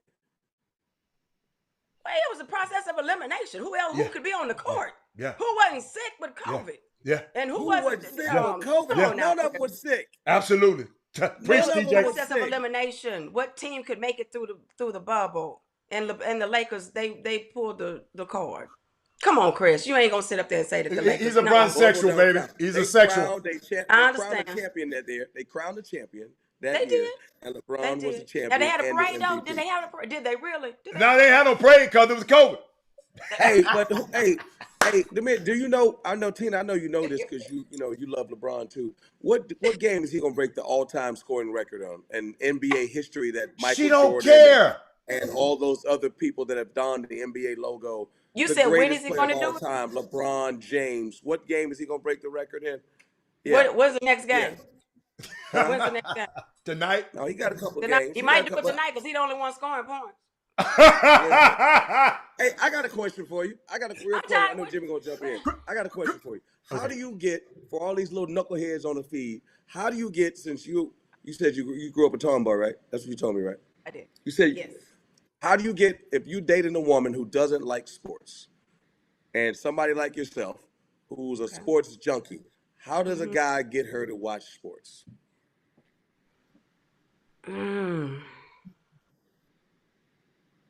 It's give and take. Uh-oh. So you have to be willing to give her something that you do not want to do in order for her to do what you want her to do. Oh, we do that. We do that already. It don't matter what it is. I don't care if she like crocheting on Saturdays. If it's a crocheting show, you got to do that. If it's I do that. Going to the park, I mean, whatever. It's give and take. Let me tell you something. If a woman is into you, if a woman loves you, she will put forth that effort, but it has to be reciprocated because I need to know that you love me too. I need to know that I'm not in this by myself. Hannah, I did that for you. She told you. You didn't do that for me. Because I don't care if a girl don't look at no sports. Matter of fact, if you don't like sports, you're more attracted. My girl don't like sports.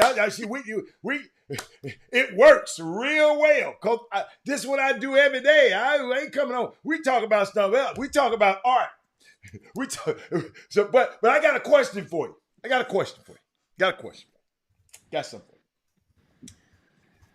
And some things happened overnight. In the last few weeks, with the Nets, fired Steve Nash. Mm-hmm. And I'm not gonna go into the Kyrie stuff.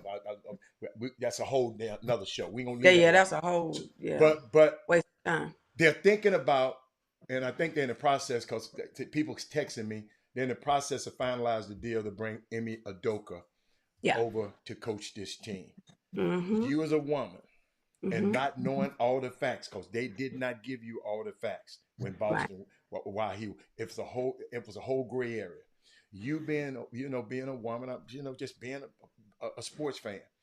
Tell me, what do you think about, first of all, the Nets firing Steve Nash, and then bringing in a controversial coach like Ime Udoka? Okay. Why now? As far as the firing of Steve Nash, we all know what happened during the offseason. And LeBron, Chris is on my head. LeBron and these doggone Cowboys. That's what happened when you're the greatest. You say my name all the time by mistake, but keep going though. Kevin Durant, Kevin claiming, that he wanted to be traded, claiming, sources saying that he wanted Steve Nash and the GM gone. And the owner putting his foot down, just staking his claim. No, they're not going anywhere. You signed a 4-year contract. You're staying. Okay, he's gone in 7 games, and then now he's gone. So why now? I understand that they're reporting saying that, they didn't want to have the season get away from them. I mean, it is 7 games. They've only won 2.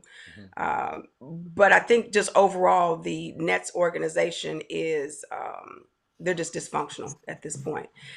Now that leads us into Ime Udoka. Do I have a problem with them bringing him in?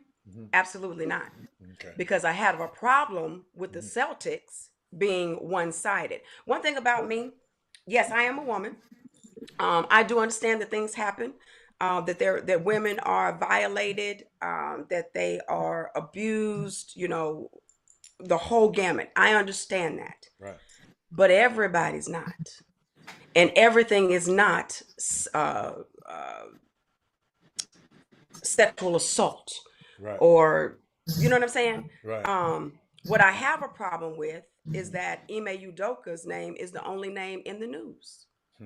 If you're telling me that it was consensual, then that means two people were involved. I think we should have the right to know who the woman is. I don't care if she's the owner's wife, sister, daughter, whoever it is. He laid down with somebody. Who is it? And because they don't want to tell us, they want to keep everything hush hush. I mean, is it really that bad? Is he the only one that has broken these rules? So do I have a problem with the Nets going to hire him? Absolutely not. We see the talent that the man possesses. Now, if he has an issue here in Brooklyn, then we might need to investigate, Mr. Eden. But guess what? He was already in Brooklyn, but he wasn't a head coach. So he was in Brooklyn the year before. No, but I'm saying if he goes back to Brooklyn, you're right. He was there. Yeah. But if he goes back to Brooklyn, because he wasn't in the same position. Yeah. So maybe he's a person that can't handle authority. I don't know. But that's what I'm saying.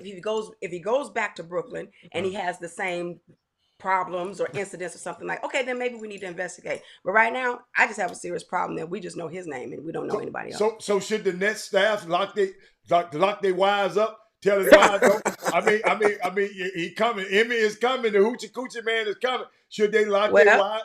I mean, for real. Is he the only one that she slept with? You think that's the only one she slept with? Ain't nobody never brought that one up.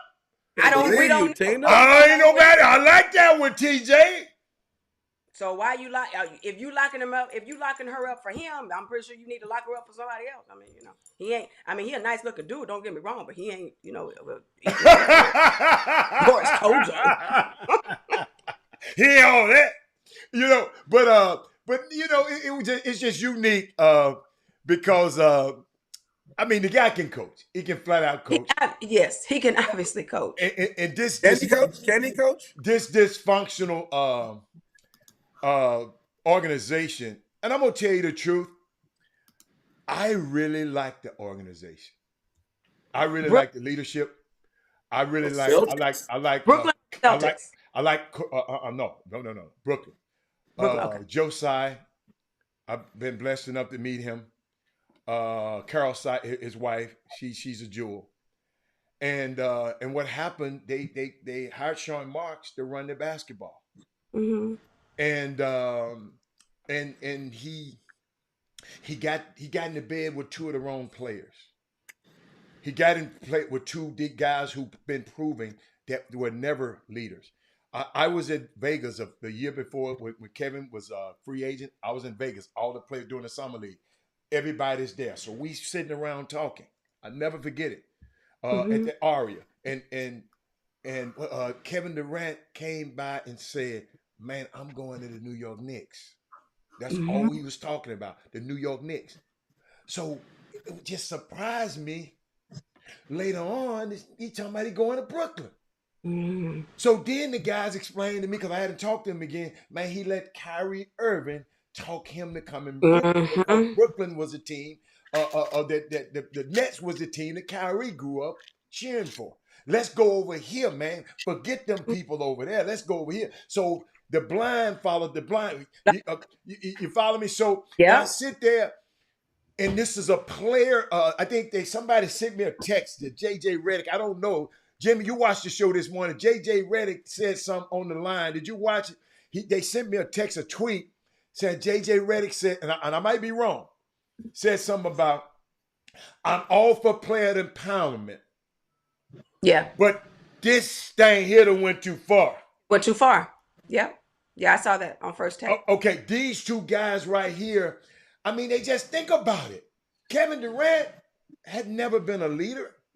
Kyrie Irving had never been a leader. At Duke, he didn't play. He was at Duke for 4 weeks. He got hurt and shut it down. Kevin Durant, he lead Texas team. I'm talking about in college. And then he went over to OKC. James Harden and Russell were the dominant guys over there. Yeah. Because when he left, they called him a cupcake. Remember? Yeah. You don't call every dude no cupcake. Move. It was a bad move. I ain't never heard nobody call. You don't call every dude no cupcake. You know, you can call him something else, but cupcake. Yeah. So, and then he went out there. So he went and joined with one of the best organizations out there. Stephen Curry came, flew all the way to the Hamptons and said, "Hey, man, you can be the man. Come on, I want you." Right. But then he got out there and won 2 championships in a row. And just what happened because the people love Steph so much. Well, or is it because they called him Cupcake? No. So now you. You're talking about the people were calling him Cupcake. Okay, yeah, you get these 2 off of the backs of the Warriors. You remember what everybody said? Yeah, Chris was talking about him too. Now I need to go prove that I can do this on my own. And I think that's what the move to Brooklyn was. Now, listening to Kyrie, I mean, we see how that backfired on him because he gets to Brooklyn and they've never played a full season yet. So, like you said, the blind leading the blind. I'm sure that's a. Maybe they just got a coach that never should have been a coach either. Let's talk about that. Who have 0 experience? Maybe that's part of it. Okay. Well, but there's plenty of players that come in and have no coaching experience and that take their teams to the championship. Look at Steve Kerr. Steve Kerr did it though. Steve Kerr. I'm talking about Steve Kerr. Yeah, he already had a ready-made deal already. But I'm just saying. So this was a ready-made deal. Thank you, Mark Jackson and Kyrie Irving. Hold on. Mark Jackson left him a little something there. What he leave? Those guys were all new. Those guys were all new. It was all new. It was established. And the Warriors were homegrown. Stephon Curry. They were homegrown. Right. Stephon Curry wasn't Stephon Curry back then. Y'all used to talk about it. You used to get mad when I talked about it. Pretty good. He was still pretty good. Well, he just ate hurt a lot. There you go. Draymond definitely. Jimmy used to always talk and bragging to me, talking about Draymond. What you bragging about? He got a triple single. So he inherited. What did he inherit? These guys. Steve Nash inherited 2 of the best players on the planet. Come on, the He's best not been a coach player. Before, man.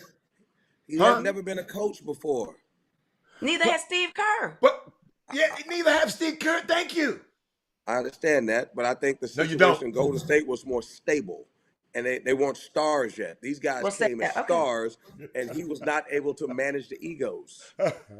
I think that's what it is. Steve Nash didn't know how to manage the egos. I think that's what it was. So you got to realize Steve Kerr came from the tree of Phil Jackson and Michael Jordan. So if that's where your basketball university, however you want to say it, but he grew up and learn from the best. So I mean, if you take Popovich and Tina, one of Hatters' favorite players, Ben Simmons, that's one of his favorite dudes. Ben Simmons. Which Ben Simmons? Pre or post Atlanta Hawks? There's 2. I don't even know which one you're talking about. Ben Simmons with the Nets. That's Hatters' favorite player. So post Atlanta Hawks? Make all that money, can't shoot a jump shot. Exactly. Okay. What we gonna do with him? What we gonna do with him? Okay, Indy ain't gonna play no games with him now. I got a question for y'all too after this. But Ben Simmons needs to really he needs to go focus on himself. This is too much. Now I was patient with him last season. You know, when he got traded to the Nets and he couldn't suit up, he could put on his nice outfits and chains and everything, but he was too mentally unstable to get on the court. But now this is just too much. Either he's going to play or he needs to give up that roster spot. I got something for you. I can't do this double dutch again this season. And I know you got a question for me, but I'm just gonna help people. I'm seriously. He's been off for 522 days, okay, before he came back. And when I saw him come back, TJ, what I did, I compared it. I watched Zion Williamson coming back from 533 days. Mm-hmm. And I saw how happy he was when he came to play. Mm-hmm. I saw Kawhi Leonard, who stoic and don't give no emotion. No, he right? Came back that first game.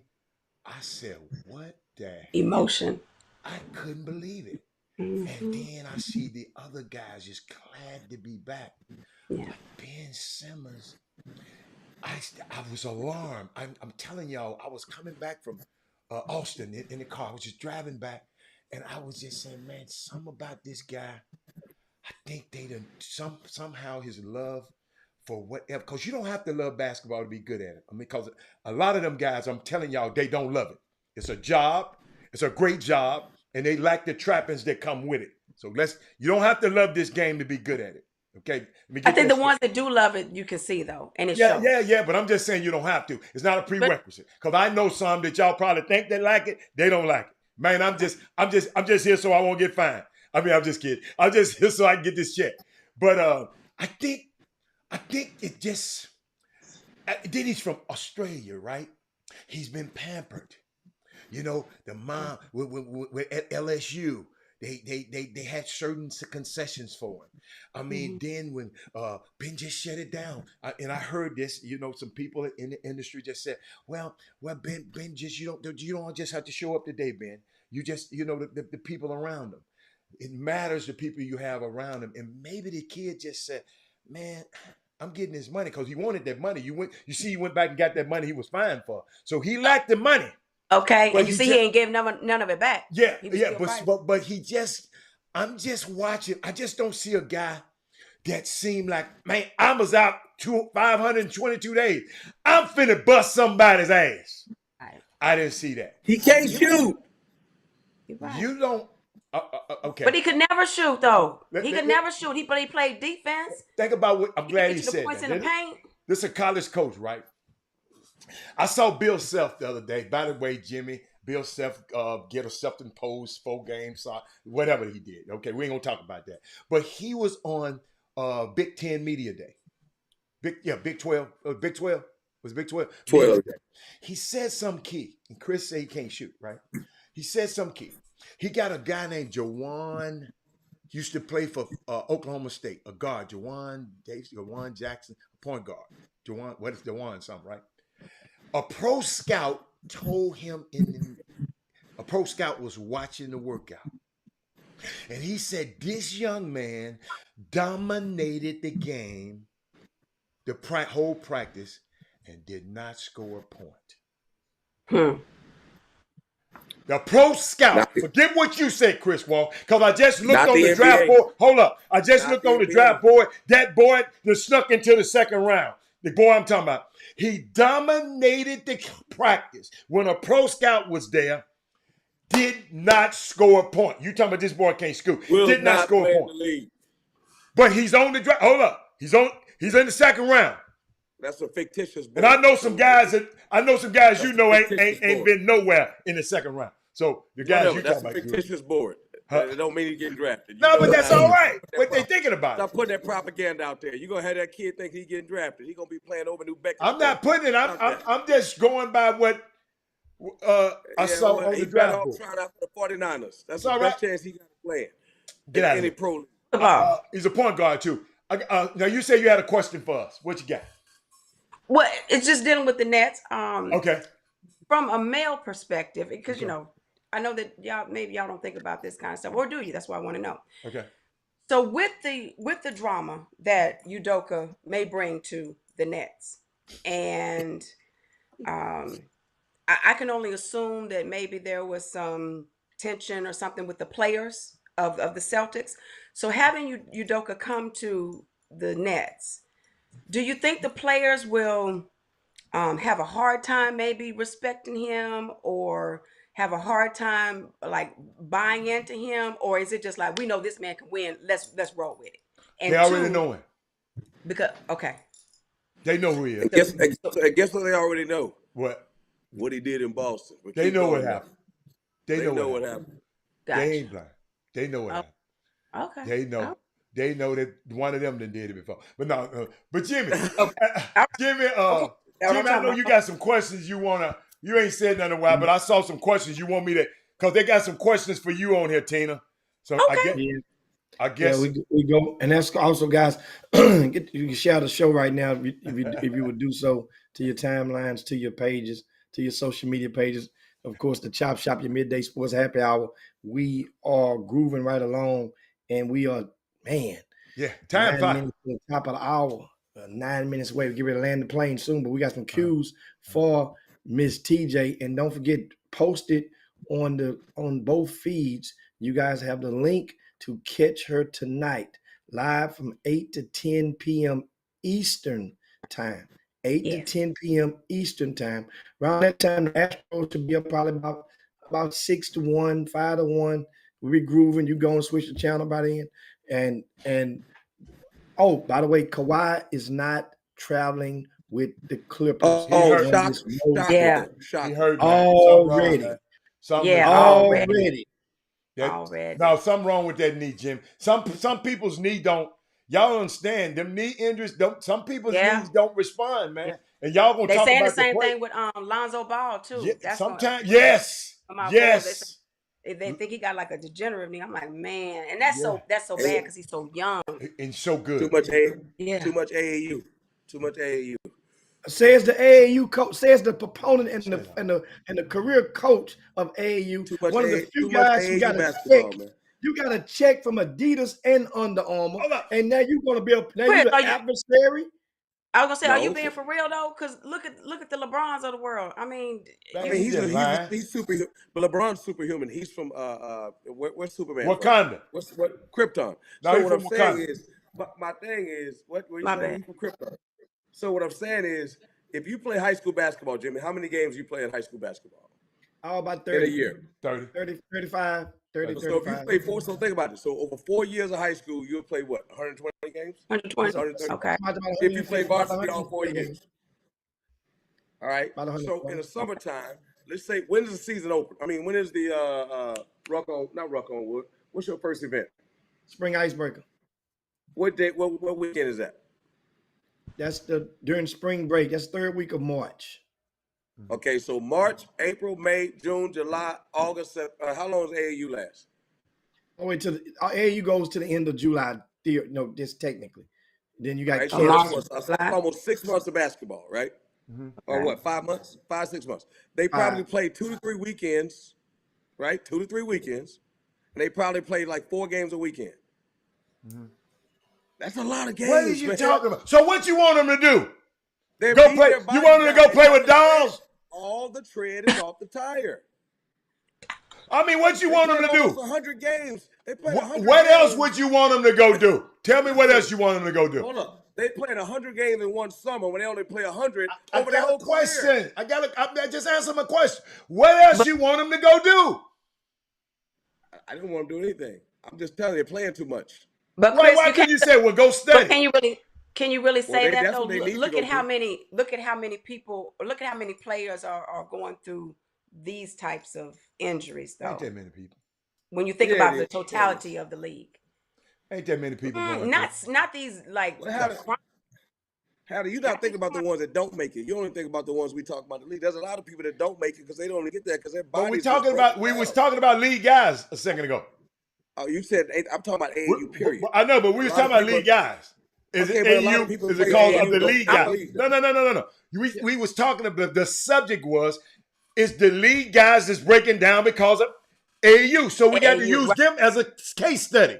Okay, fine. That's fine. Okay, but Chris, that's fine. Chris, understand one thing. Okay, that sounds like you're cherry picking. Yes. On this topic because here's the deal. You can extract all of the mega stars from the NBA. Let's exclude them. Let's talk about the normal guys. Those normal guys that are normal right now. That's not super mega stars. Right? Scrubs. Jalen Green had to play them same amount of games with the Rockets. I mean, he young though. Man, come on, man. Cade Cunningham had to play them same amount of games all year round. And then you got a team that's winning. You're playing more games because you get the bracket play. You're playing an extra game or two on each weekend. I don't think you noticed something, Jimmy. Don't argue with him. You see he done picked up that drink. That man got something in that damn drink over there, man. He been drinking before we got on the show. I know him. I know his mannerisms. Jerry Jones juice. Sports happy hour. Look at him. He done drunk it there, man. That man done drunk that thing. But Alex is sterile. Jimmy, I know you wanna, but this is it's Women Rock Wednesday, right? and he wanted to know. I mean, put it on the screen so you can read it. I think I showed you how to read. Oh, I did. I just saw that, Alex. Cisteros. Yeah, check that out. What do I think about women's sports personalities? Some know their stuff like me, thank you, but some are obviously just pretty faces put on for ratings and don't know the substance or participate in. I ditto that. I like them pretty faces, though, Alex. I'm gonna tell you right now. I don't care what she's gonna go. You like more than the pretty faces. If she'll go gorilla, don't you put her around there? That's cold. I'm taking it off. Let her answer the question. Let her answer the question. Okay, come on with it. But you know what the thing is, though, Alex. All you can do is just be you. And sports fans, they know the difference. They know the difference of if it's just if the network put them out there, you know, just to draw ratings, or if the female knows exactly what they're talking about. I guess where it can get a little, frustrating is when you see it and you know. They like, they just put her up there, you know, because she's pretty or whatever. But, you know, there's a lane for everybody. Yes, it's all right to be a little. And you know what? I feel and pretty is what pretty does. Pretty beauty is in the eye of the beholder too. We're in a visual world now. Yeah. You would not be looking at breakfast on TV doing sports, man. Come on now. You got to hit us with TJ. Watch this. TJ, you got to hit us. Watch this. I don't know how good I am, but I know they put me on TV because I'm pretty, so I already know. So you right about that. You want to be pretty? Chris, you want to be pretty? I'm handsome. That's that Dallas Cow. I'm telling you, y'all are just dumb. Hey, you can even know y'all can't believe the text messages I'm getting. Hey, Robert, you want to be pretty? Chris needs to no, I ain't gonna be pretty. Hey, but guess what though? Hey, hold on. Hold on. Problem with a man wearing a crossbody? If he got on a skirt with it. I'm just keeping it real. I'm for TJ. For Tina Jackson. Hey, TJ, I got a question for you. Of course, people over in regards to on the Chop Shop, you know, we cover a lot of stuff that most people don't dare tackle. And I know we almost get ready to land the plane. But we have these two topics. One is an elephant in the room. I want to know what's the sentiment of the people in Atlanta right now, on the heels of the recent tragic killing of the young fella from the Migos. The rapper. From the Migos. I will be totally honest with you. That's why I said coming into the show, I'm not one of the new school. That's right. If you paid me $1 million right now, I couldn't tell you what song Migos sang. Okay, because coming off of what Robert said, the context of the music now is just garbage to me. Absolutely. You know, we had substance. That, like I said, they talked about grinding. They talked about getting their money. Right. You know, and I know everybody has a past or whatever, but the way that they glorified this drugs and killing and women and the derogatory speaking to, I just don't listen to it. But what I can tell you though is that it is front and center on every news station. The city, you can tell that the city is hurting. All of the local DJs, like I said, it's Atlanta is in mourning. I do know that. Now also next, speaking of Atlanta, what's the I guess the pulse of the city among our people in the heels or in the eye of the storm on this upcoming, while we're in early voting and the election is going on with your between Warnock and Herschel Walker? Jimmy, I am worried.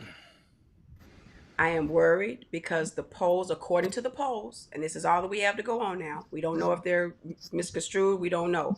But according to the polls, the race is tight. And that concerns me. With all of the information that is out there about Herschel Walker, I don't care if you're a Republican, Democrat, Independent. I don't care if you're in just the simple fact, the morality and the ethics that this man has put out there. Everybody could change. I understand that, you know, whatever. If he has personal demons or what he said, he had mental issues, whatever. The stories coming around Herschel Walker are disturbing. The lies, the blatant lies that people are catching him in is ridiculous. So the simple fact that this race is close is concerning. And I am concerned because we all know that Agent Orange was put in office for 4 years. So anything can happen. And he had the same similar characteristics yes. that you just mentioned. You just mentioned. Yeah. Absolutely. And so if that is somebody who you still think you can vote for just because you are Republican, that's concerning to me. You know, it shouldn't be about a party. It should be about the person.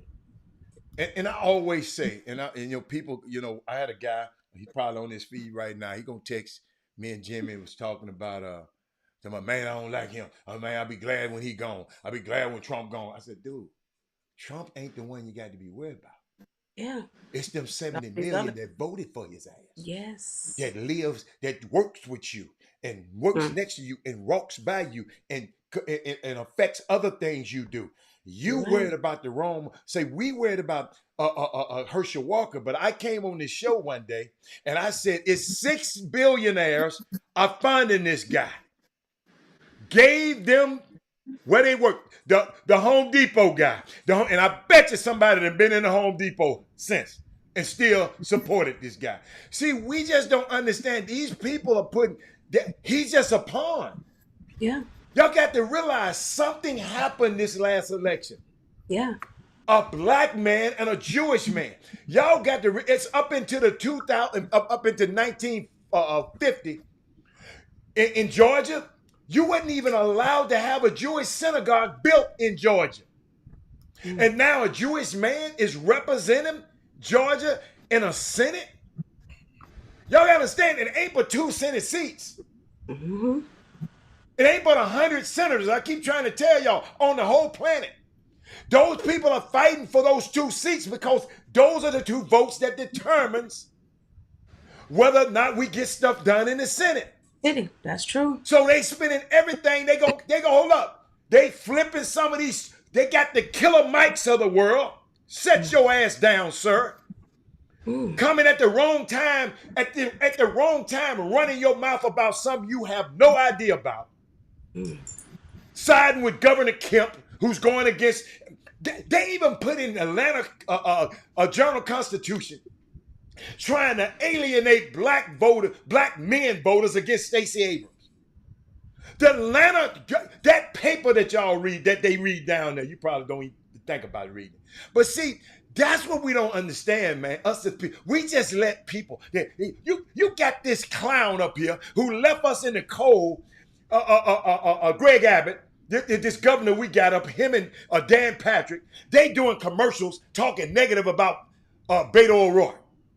Dude, we know Ted Cruz, you got on a plane and went to Cancun while we was freezing here. I don't know if you know they had rolling blackouts. So my neighborhood will be blacked out, cold as hell. Your neighborhood blackout, everybody's neighborhood blackout. Baby, that was one of the worst times I've been around. And we got these guys so they put a clown like, this is how they think of y'all, in all of us, not just y'all in Georgia. You put Herschel Walker, right? A guy who ain't never did nothing but run a basketball game and get his head beat in. Run a football and get his head beat in for a living. Okay? And then you put him against an erudite, a philosophy major, a pastor, a guy who got, I mean, know what the hell is he's doing. And you put him up against that person. Yep. And the people, and they falling for it. And you saying the polls say the race is close. But guess what? They know they got it set up because they done shrink the polling places. They done told you, if TJ, you go down there and try to give your mama some water, you can get arrested. If you go give her, if you go give her a piece of why she's standing in line voting, guess what? You going to jail. They have scared a lot of black people out, especially in the rural areas. So that's what's going on down there because it's a statewide it's a statewide thing for the senator's race. That's what's going on in your city. Right. I mean, in your city, in your state. In my state. Right. So, right. I mean, you see, you can't get me on because I know we got to go, but I know there's those people out there that say, well, why vote? It's not going to change. It's not going to do anything. Let me tell you something. As Black people, it is your obligation. It is your responsibility. Our ancestors died for this. I vote. I don't vote just for myself. I vote for my people who did not get the opportunity, and for all of those who died and put their lives on the line. It's not a right, it's an obligation. Awesome. And guess what? We leave when we want to leave. Jimmy, you done put yourself on mute over there, Jimmy. Yeah. There we go, unmuted. Now tell them, how can they watch your show tonight? You're live tonight, and they can join you or watch you. Definitely. Yes, catch me tonight live at 8 to 10 p.m. Eastern Standard Time. You can call in 347-826-7924, or you can catch me live, Facebook Live, Tina D. Jackson, my name right there. I go live at 8 p.m., everybody except for Chris. Tina D. Jackson live, Facebook Live, 347-826-7924. That's my Thank you. That's my best friend. That's my new best friend right there. Hey, TJ, say it with me. Hey, TJ, say it with me. How about them Cowboys? Say, I'm gonna send you this. Bang bang. Hey, TJ, I'm gonna send this to your Dallas Cowboys fans if you have some to just keep bothering. Show it to her. I do. I got something for you. I'm trying to find it. That's gonna be Chris. That's Chris' brother singing. Hold on. I'm trying to find Chris. I think I erased it, Chris. What? Good. He talking about what? Don't worry, we're going to get on Sunday. I mean, we don't. I think we got to buy this week, so after we got to relax. I think it's a bye week, though. It's 6 teams on the bye this week. Frisco has a bye week, and they have.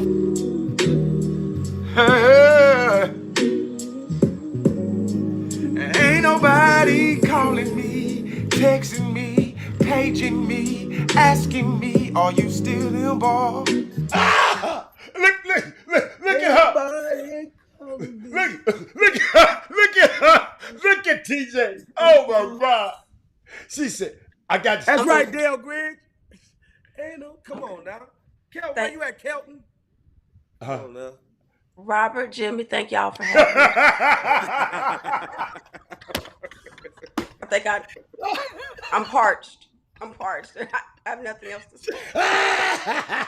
Next day you come on, let them know it's your midday sports happy hour. That's all you gotta know. Hey man, I'm done with y'all.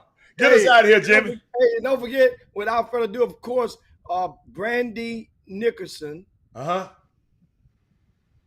You have won 2 VIP passes to my annual birthday bash and the Chop Shop Thursday night football watch party on tomorrow evening. Send us an email, chopshophtx@gmail.com, chopshophtx@gmail.com to get your passes. Also, we have a set of passes for, let's see, who else did we get? Man, get to all the women, just no dudes. No, we gave some away yesterday. I don't want no dudes. I don't want no dudes in there, man. Marissa Smith. Okay. Marissa Smith said she just got back from down in Port Arthur, and Marissa, you send us a text or email, chopshophtx@gmail.com for your 2 VIP passes to the birthday bash and the game viewing party on Thursday evening. What about Jessica? Jessica Tara. She said, where her tickets at? Jessica, you don't get no tickets, Jessica. Look, Jimmy, I'm going to put it on the screen. No, watch this. Look. You don't get no tickets, Jessica. She said, damn it, give me those tickets. You know she what? Get the tickets. You get the tickets. Do y'all vote for Jessica? All in favor, say aye. I don't vote for it, no. I do. Watch this. That's for Jessica right there. Jessica. ChopShopHTX@gmail.com. Jessica, listen, get you an Uber because there's gonna be plenty get loose juice around there. You only need to drive. Bring you a driver. That's what +1 is for, somebody to drive you to and from, because we gonna get down on Thursday evening, 7 to 10 p.m. Send us an email, chopshophtx@gmail.com. Jessica, we got your passes along with Wilson. She said she drink like a Navy SEAL. Y'all going to hell, man. Y'all put it on notice. But it's definitely time to slide down Dino's back and yabba dabba do this thing on this Tuesday. We'll see you guys in 22 hours. Don't forget Chop Shop, your midday sports happy hour. We up for Robert Hatter, see the Hatter, the Hater, and of course the Hat. We'll see you. And of course, thanks so much to the young lady, of course, Miss TJ, Miss Tina Jackson. Nice to have you, TJ, even though you're 49. Y'all for having me. I enjoyed it. So much. Super job today. And guess what? I'm quite sure, I'm almost positive that many of the ladies and fellas that's watching right now, you guys make sure you check in. Oh, they're going to watch. Watch to this evening. The link is on the Facebook page. It's on the YouTube page. You guys go and click on and save it now so you don't have to go search for it. And you go and you check out this evening. 8 p.m., that's Eastern time. 8 to 10, that's 7 p.m. Central time. So don't forget about that. But anyway, guys, we'll see you on tomorrow. Peace. We up out here. Chop, chop. Had a great time. Chop it up. Jim Hicks, Rob Hatter, you are now tuned in to the Chop Shop. I'm Retro, let's get it. We in the Chop Shop, we live in the Chop Shop. We talking sports talk, we live in the Chop Shop. We in the Chop Shop, I'm talking sports talk. So turn your dials up, it's live in the Chop Shop.